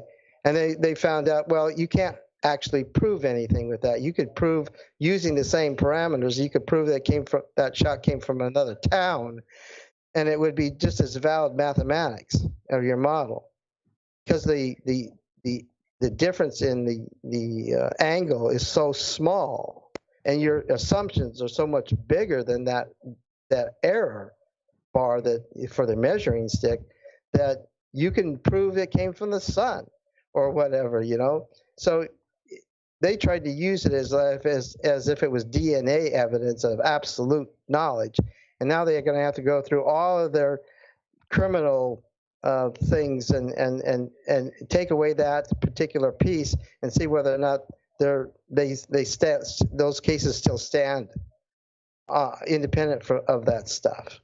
So there's going to be a whole new science based off of just reorganizing this now, because, I don't know how much, it's what you can trust. It feels sometimes, because I'm really interested in the anomalies, and they really only tell you the anomalies they solve, on those things. Like they tell you about how great it was and what technologies they used to figure out what was inside this rusted piece of brass, but at the same time, then this machine is decoded.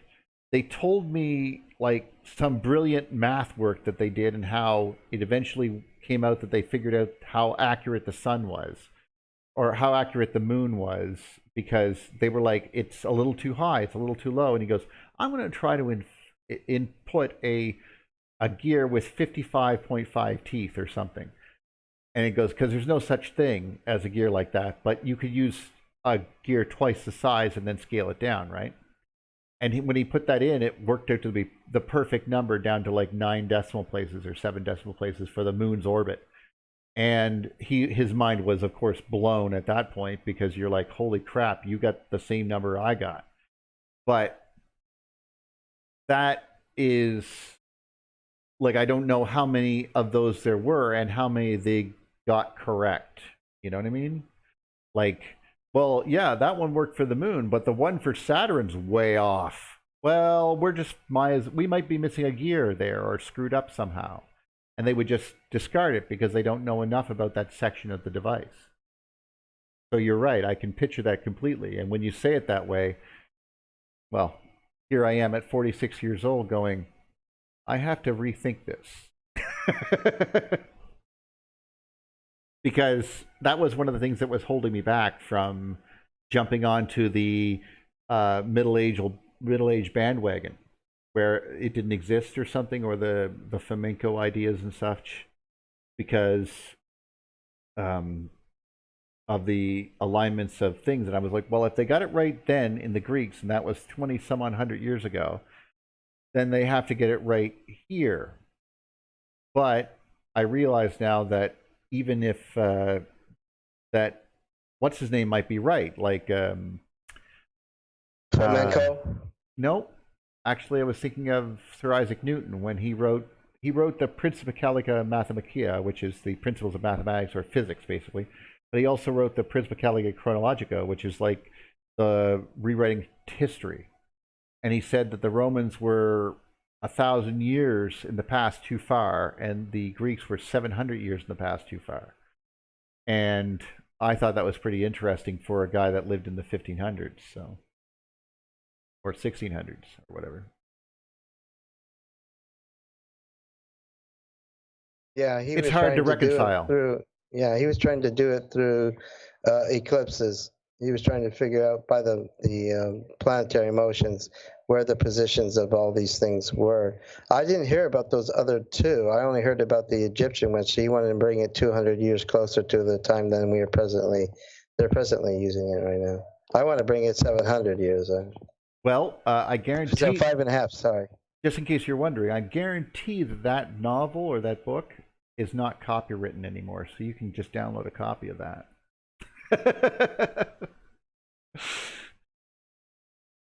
Because I'm pretty sure the copyright ran out probably somewhere in the 1700s. But yeah, I mean, that'd be a good thing to review, especially given, like, that's the type of thing that's going to be necessary in the future, is like to redo all of chronology. But we're not, as you can see, the subject matter is so large. I mean, I told you, by the way, this would happen. One of these days, if you keep hounding on me, I will eventually turn around to your side and say, oh, you're right. This was that moment when you were doing chronology, and I was like, well, I can't get over the Antikythera mechanism. It seems to have such weight and such power. And then you were like, yeah, but only to them because they were probably using these. And I'm like, oh, you're right. Crap. Well, now I have nothing holding me here. I'm going to have to re-examine everything before the 1500s. You know what I mean? Oh, well, I'm sorry for the extra word. No, that's good. That's what I want to do. I try to recognize the parts that are holding me and why they're holding me, because they seem like very good evidence. You know what I mean? And when someone like yourself goes around and goes, well, yes, but here, if you study the way that they do things, they basically take a bunch of stuff and they could have these numbers right, but the rest of it they won't tell you. And you're like, oh, right, because they won't, because they will never tell you when they get something wrong. And yes, Paul, see you later. But it's the truth, and that's good. I mean, that's what Jim just did. We're watching this video right now, and it's all about Jim's Bessel function. And Jim wants me to read about like this at the conference. It's like, well, considering it's almost like, and I think it's funny, and don't get me wrong, I will gladly do it. It's in a way insult to injury. It goes, you were preaching against this the entire time. I'm going to make you present it. It's like, oh, great. Thanks, Jim. Because Jim's not going to be at the conference, but he wants me to present his work. So I'll gladly do that for him. And of course, we often have the debate about the Bessel function, the Birkeland current, Don Scott's model, and planetary motions and stuff like that. Because I'm obviously a Faraday effect kind of guy. And he was, well, we realized later that we're talking about different aspects of the same problem. Like, I'm sitting there talking about the planet and the sphere itself is like a metal ball and not thinking about the atmosphere. And he's like, but look at the striations of the atmosphere of Jupiter. And I'm like, oh, well, well, I guess it is affecting it right down to the atmosphere. But the surface is much farther below that, and that's kind of what I was thinking about, of the torque that's generated, because that's where my brain automatically goes, right, in the electrical engineering sense. Like, if I want to see what would it take to make a planet spin around in a circle as big as Jupiter in 9 hours, what force am I putting upon it? To like, and these are the things that I want to try to calculate.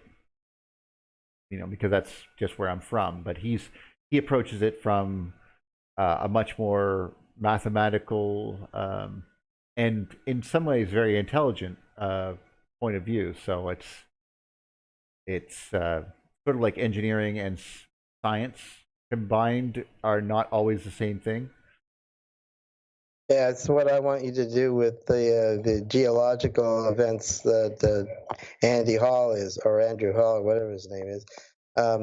The deformations that occurred, that takes a certain amount of power, and so we can put some. I'm gonna be after you to put some parameters on that. Well, that's fair. But those are really just calculations without any understanding of what it really means. I mean, things like, I recommend this. If anyone's not seen this, I took my picture off just so that you could see how wonderful this video is by See the Pattern. His work is talking about how Birkeland currents actually move. And since we're talking about this exact thing on this particular channel, I thought it was important. And he's actually talking about the same thing that we were referring to earlier, James, when I was talking about how it follows a sine wave. Well, you can see him use the sine wave pattern earlier on in this very video, where he shows you the relationships of when things go around and where they're pointing. Like as they're spiraling. So he's see if I can find it for you. I'm not sharing the screen, but it will pop up in a few seconds after. Right here. Okay. So he's showing the Birkeland current moving. Okay. And he gives you these arrows to show you the force that's being applied to each particle. And remember, each particle's in a different spot. So but as you begin to see, there is a component that's pushing it in one direction, the electric force, and then there is a force that's moving it at 90 degrees to that force. And they start rotating, and then he puts out a little graph to show you that if you start plotting the ends of these little arrows that he's using on the screen right now, which again will be showing up for you, James, in about 15-20 seconds, they will form sine waves, because that's exactly what it's going around, because it's going in a big circle. So you begin to realize what you're seeing and where it's going, because this is basically what I just described earlier on. I can't believe that I'm literally this is a visualization of what we talked earlier on the show, guys. Like literally the exact same thing. He's actually put a visual to it. God bless him. But yeah, he can show you where the arrow, how things come in and they turn around, start going in the opposite direction. And the force acting on each particle. And how there's more current and it gets weaker as it gets further out, because that whole thing is inducing the current beyond it and the ring beyond it, and so on and so on. And therefore they get wider and more diffuse, but not linearly. They follow a Bessel function. Which is basically the whole argument of he's trying to make here. But still, it should give you an idea of what the of how why the sine waves is always how we start plotting these things when they start going into circles. It's just mathematically it's the best way to do rotation over time, basically. I'm always curious as to whether or no the donut hole or torus, or what you want to call it, is the filaments making that, or is it the torus making the filaments?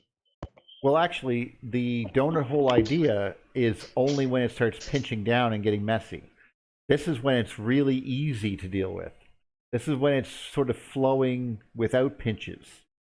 It starts pinching down when it gets to, say, a star or a galaxy or something, and when it gets to a star, Think it's like Bremer fields. well, kind of, yeah. But at the end result, though, is that the magnetic field of the sun, being a ball that was made in a pinch long ago, whatever, it goes pow and it makes a bunch of spheres. Well, as it makes these spheres that just pop up, some of them are magnetic, they develop magnetic fields. And as such, it begins to attract more and more of these. It becomes like a funnel that you're just pouring electricity into, and it gets narrower and narrower, and more current will begin to be concentrated in small and smaller area.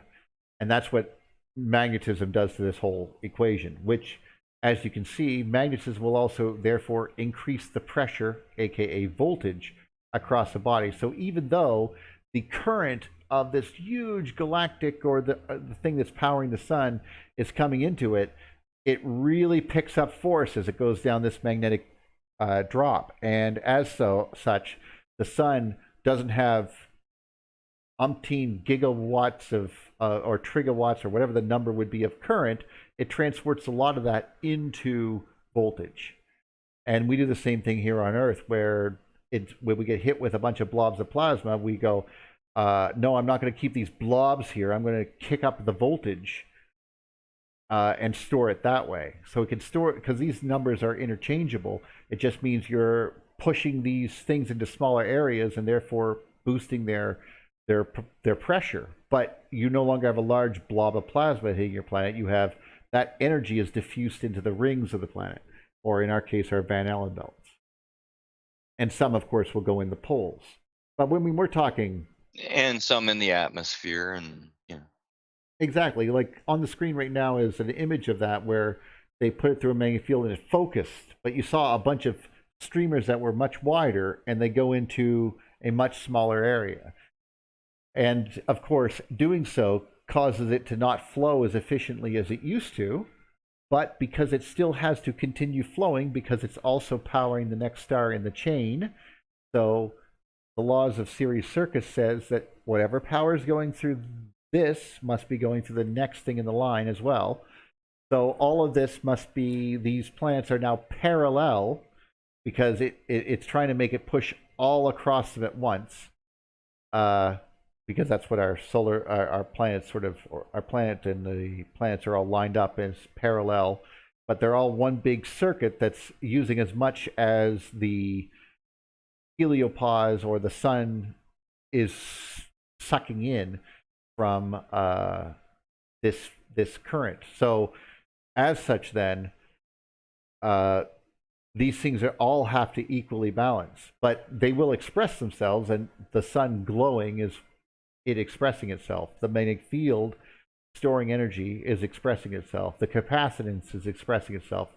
The volcanoes are expressing themselves because it's just heat. It's building up because these currents are running through the planet, and it's like, I need to melt some rock. Well, I don't, but as soon as I do, it's going to be a lot easier, because melted rock is a plasma.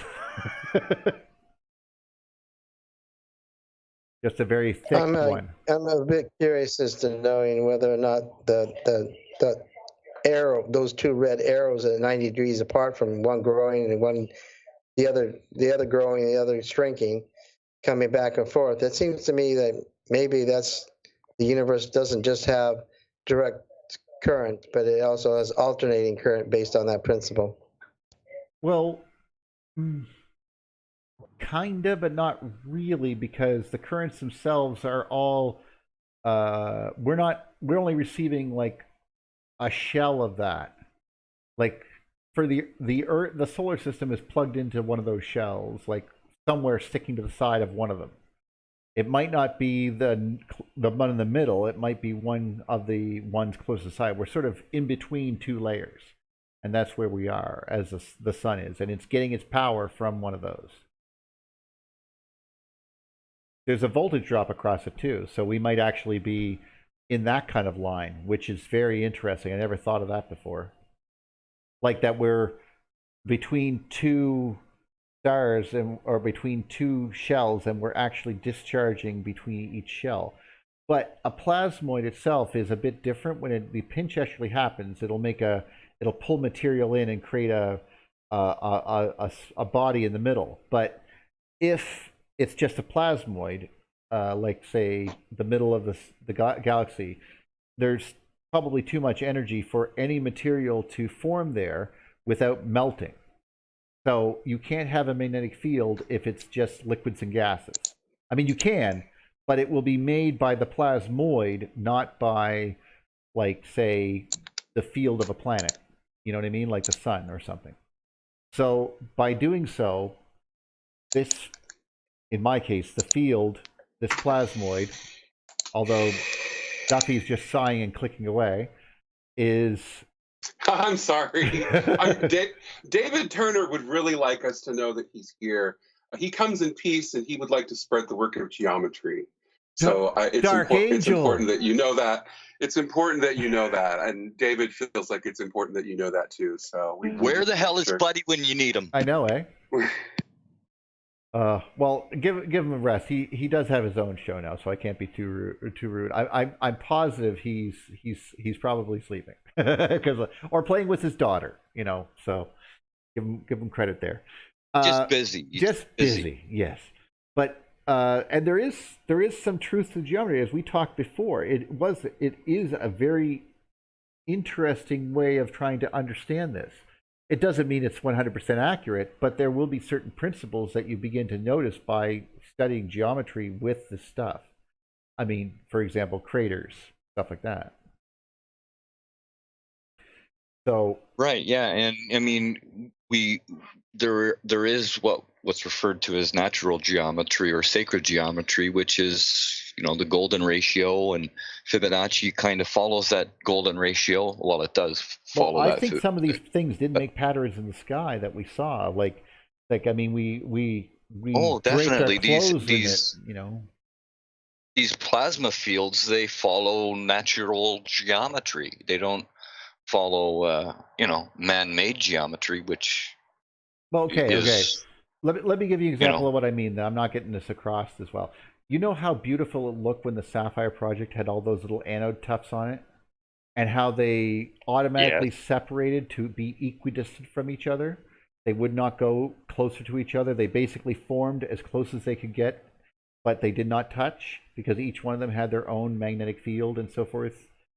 Well, yeah, and as you ramped up the power, more and more tufts, and they spaced themselves out equally. Yeah, right. Well, that's what I mean. Even though sacred geometry looks like that, it's actually controlled by the amperage and current that's going through this metal ball, not what we think is a divine, beautiful thing. Don't get me wrong, they saw these things. I have no doubt that these people saw something and they wrote it down and drew pictures of it. I mean, we see them way too much. I mean, we see a dragon with the exact same sphere in its mouth as that lion with its paw on top of that sphere with the flower of life on it, you know? So yeah, millions of them everywhere. Yeah, so they had to have seen it. It had to be something. I'm not doubting that. But what is it that they actually saw? Did they see a sphere with a bunch of anode tufts that were all linked together? That could be it, what they saw. You know what I mean? Like, I don't know what's exactly they were seeing. I want to think I do know, but I might be full of myself because, I mean, that's a tough thing to try to, you know. But I have no doubt that they saw a pattern, though, a real one. I know anode tufts are double layers in a respect, but there are different types of double layers. Oh yes. As you ramp up the energy, and these double layers change and manifest in different forms, just like Squatterman did when it, you know, it became Jacob's ladder, or in other words, the centipede god, which was one and the same. Ancient ladders had a single pole with arms going out each side of that pole. That's how ancient ladders were made in the past, in old times. And this thing in the sky, well, perhaps we made a ladder because of this thing in the sky. Had the idea of the first ladder because of this centipede god-looking thing in the heavens. Well, I'll tell you right now, if you want to get closer to what the truth is, I think, James, you said circles before, then you said bubbles. I think it's donuts. Tori. Electrical tori. Magnetic tories.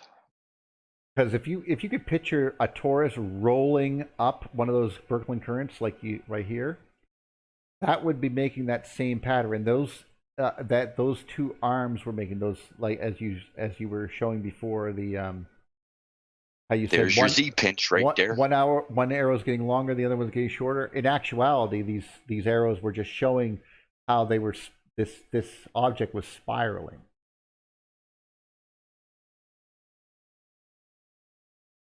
Anyway, this has been beautiful. I hope has there any more questions before we get going? Because I did promise I would take somebody somewhere in an hour. Are there any numbers? Are there any numbers that you can give to these filaments, that the shapes and forms of them, so people can kind of give them an eye view of them in their head, what these things look like? Well, 56, 28. 16, 4 or 8, 4, and then they disappear. Oh, okay. I wonder what the hell you were talking about. I actually have this thing that I have on my desk is really making Birkeland currents right now. And if you look real close, you can see the middle current and then the shells of them. But the thing is, they're also twisted around each other, and because that's how Birkeland currents work. The same thing occurs on this. Well, it was on the screen a moment ago. But it was showing a close-up version of one of these spheres that I have on my desk. So, but it's there's something you can actually play with, and you can see how they really work. There's nothing magical about them except that they appear to be lifelike. Well, I mean, they do. I mean, fire has always been attractive. Appear to be lifelike. Come on. No, no. I mean, I understand why he's laughing, because he's laughing at everything's conscious. But and so I'm okay with that. I mean, I understand his point of view there. But I understood it too. That's why I backed him up. I think we all. James is a fist pump for you. There you go. Yes. Okay. Fair. But the truth of the matter is that these Birkeland currents that you're seeing here are probably at a scale that's much larger than, like, I mean, we would only have. These currents would be much smaller. There's only be 1 or 2 layers. We know that we can get that happening with here, I'll give you an example, because you know that we can see this with what's called water lines that are between two. Oh, of course, I type in water lines into Google. Okay, experiment. High voltage. Let's try that. There we go. Okay, water thread experiment. Okay, so water bridge. Water bridge. That's it. Darn, thanks. Okay, so you're welcome. You're welcome. On the screen right now, or in Wikipedia, they can show you a little copy of the water bridge or whatever you want to do. It's not really as important as knowing when you have different colors in the jars. Basically, when you have different colors inside, you can see that one is going through the other. That's as important. One is going through the middle in one direction, and the other one is wrapping around it and going in the other direction. This bridge is held together by magnetism, pretty much. Like, it's just like a Birkeland current, pretty much. So, but it has to do with surface polarization, which, of course, that's where the electricity is running across. That's why it's happening. But you don't need, if you could envision then that there is basically just like a tornado, we say in some cases, when you see the tornado comes down from the top cloud and then sticks into another bigger thing going in the opposite direction. Well, that's called a charged seed vortex. In reality, though, all 3 of these things are identical. The water bridge experiment, a tornado, and a Birkeland current are all the same thing. They have charged particles going You in forgot opposite DNA. directions. I did not forget DNA. I simply don't know if that's true or not, but it might be. So it was called, tornado. I'll just look at tornado forming, and then go to images. And yeah, so in some of these, and here's a pretty good one. Not these big, really big, gigantic ones, but like this one maybe. So you have a tornado that comes down the finger, and it's actually there's 3 parts to a tornado. Basically, there is a inner funnel that goes down, usually inside of another funnel. Oh, there's a perfect picture right there.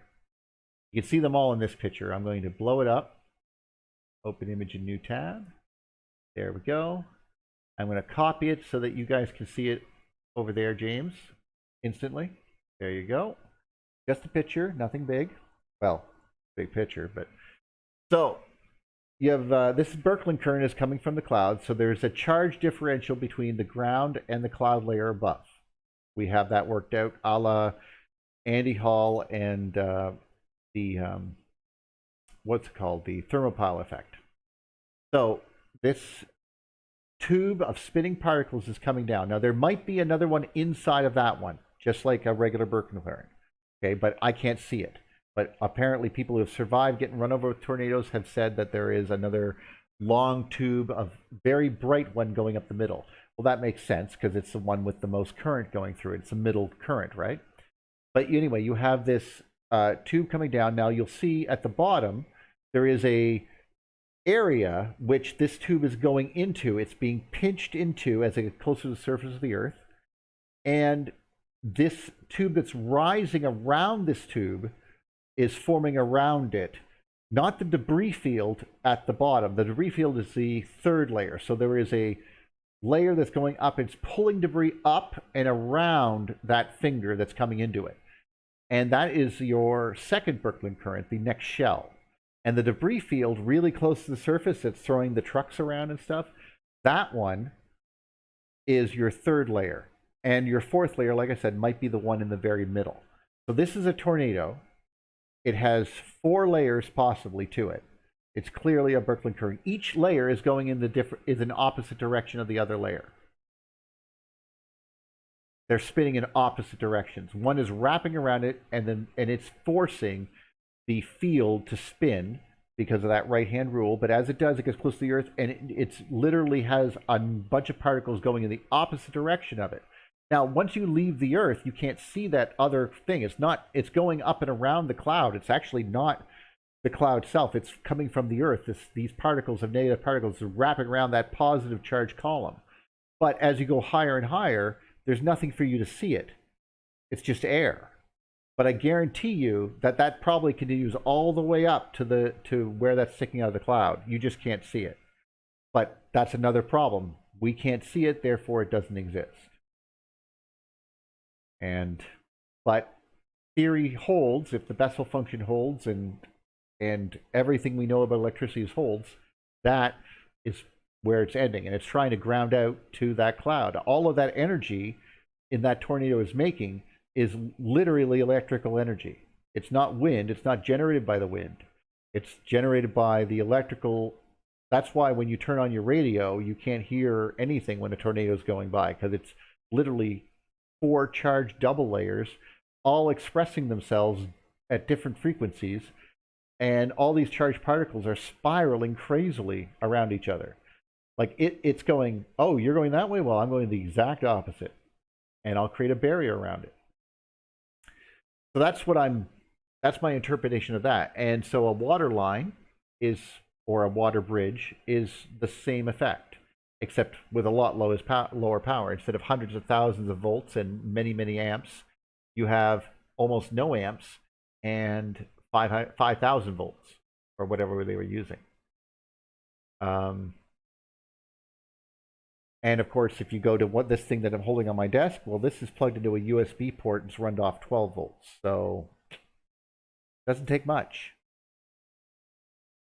But of course, it's hard to imagine that they're all doing the exact same thing. But in the essence, each one of these little things that I'm holding down here is a little tornado, technically. So, kind of neat when you think about it that way. But. Any more questions, my dulcet darlings?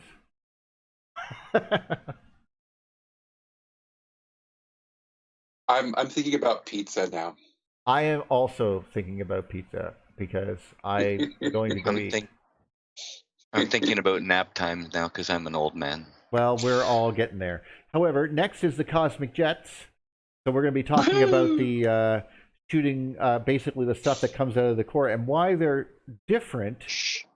Not quite, because they're actually turned into galaxies. So they're not quite Birkeland currents in the sense that because they have plasmoids, they're little pulse blobs that get shot out in a way. But we'll talk more about that when we get to the center of the universe. Little baby galaxies. Yes, actually, yeah. Well, galaxies are born. Yeah, you know what scares me though is that what scares you? You're talking like that, like and getting shot out, just to realize that we are one of those things that just got shot out of Andromeda, like that. You know, maybe not just. Well, cosmically We're all careening just through space and time. Hey, I have a profound thought. In cosmic terms. And you're mocking it. Anyway, you were saying, sorry. I'm always mocking it. So I think this. I think electricity is fundamentally the result of the difference between, in the same way that space is the distance between. I see what you're saying. Okay. Still, it's. I didn't get it. I'd like to say that again, please. So, what is space? Space. How do we understand space? We understand space because we have a point A, which starts out as the Earth or whatever point A is, and to point B. Space is defined by the measuring of space between two things. In the same way, electricity is fundamentally the result of the difference between two things. So there's a corollary there in my mind. Electricity is fundamentally the result of the difference between, in the same way that space is the distance between. So that's my artist perspective. I always like an too deep for me. Too deep for me. That's great. Well, I find it interesting that it's either something familiar that you can use to put an image of your mind in space, or maybe it's a challenge to rethink and reimagine both of those things. So, are we going to be finishing here? Is that what? Is that the idea we're about? Are you in a rush, James? No. I was going to put my last. I bet he never talks to his lady like that. I hope he does. It's very romantic. Are we done here?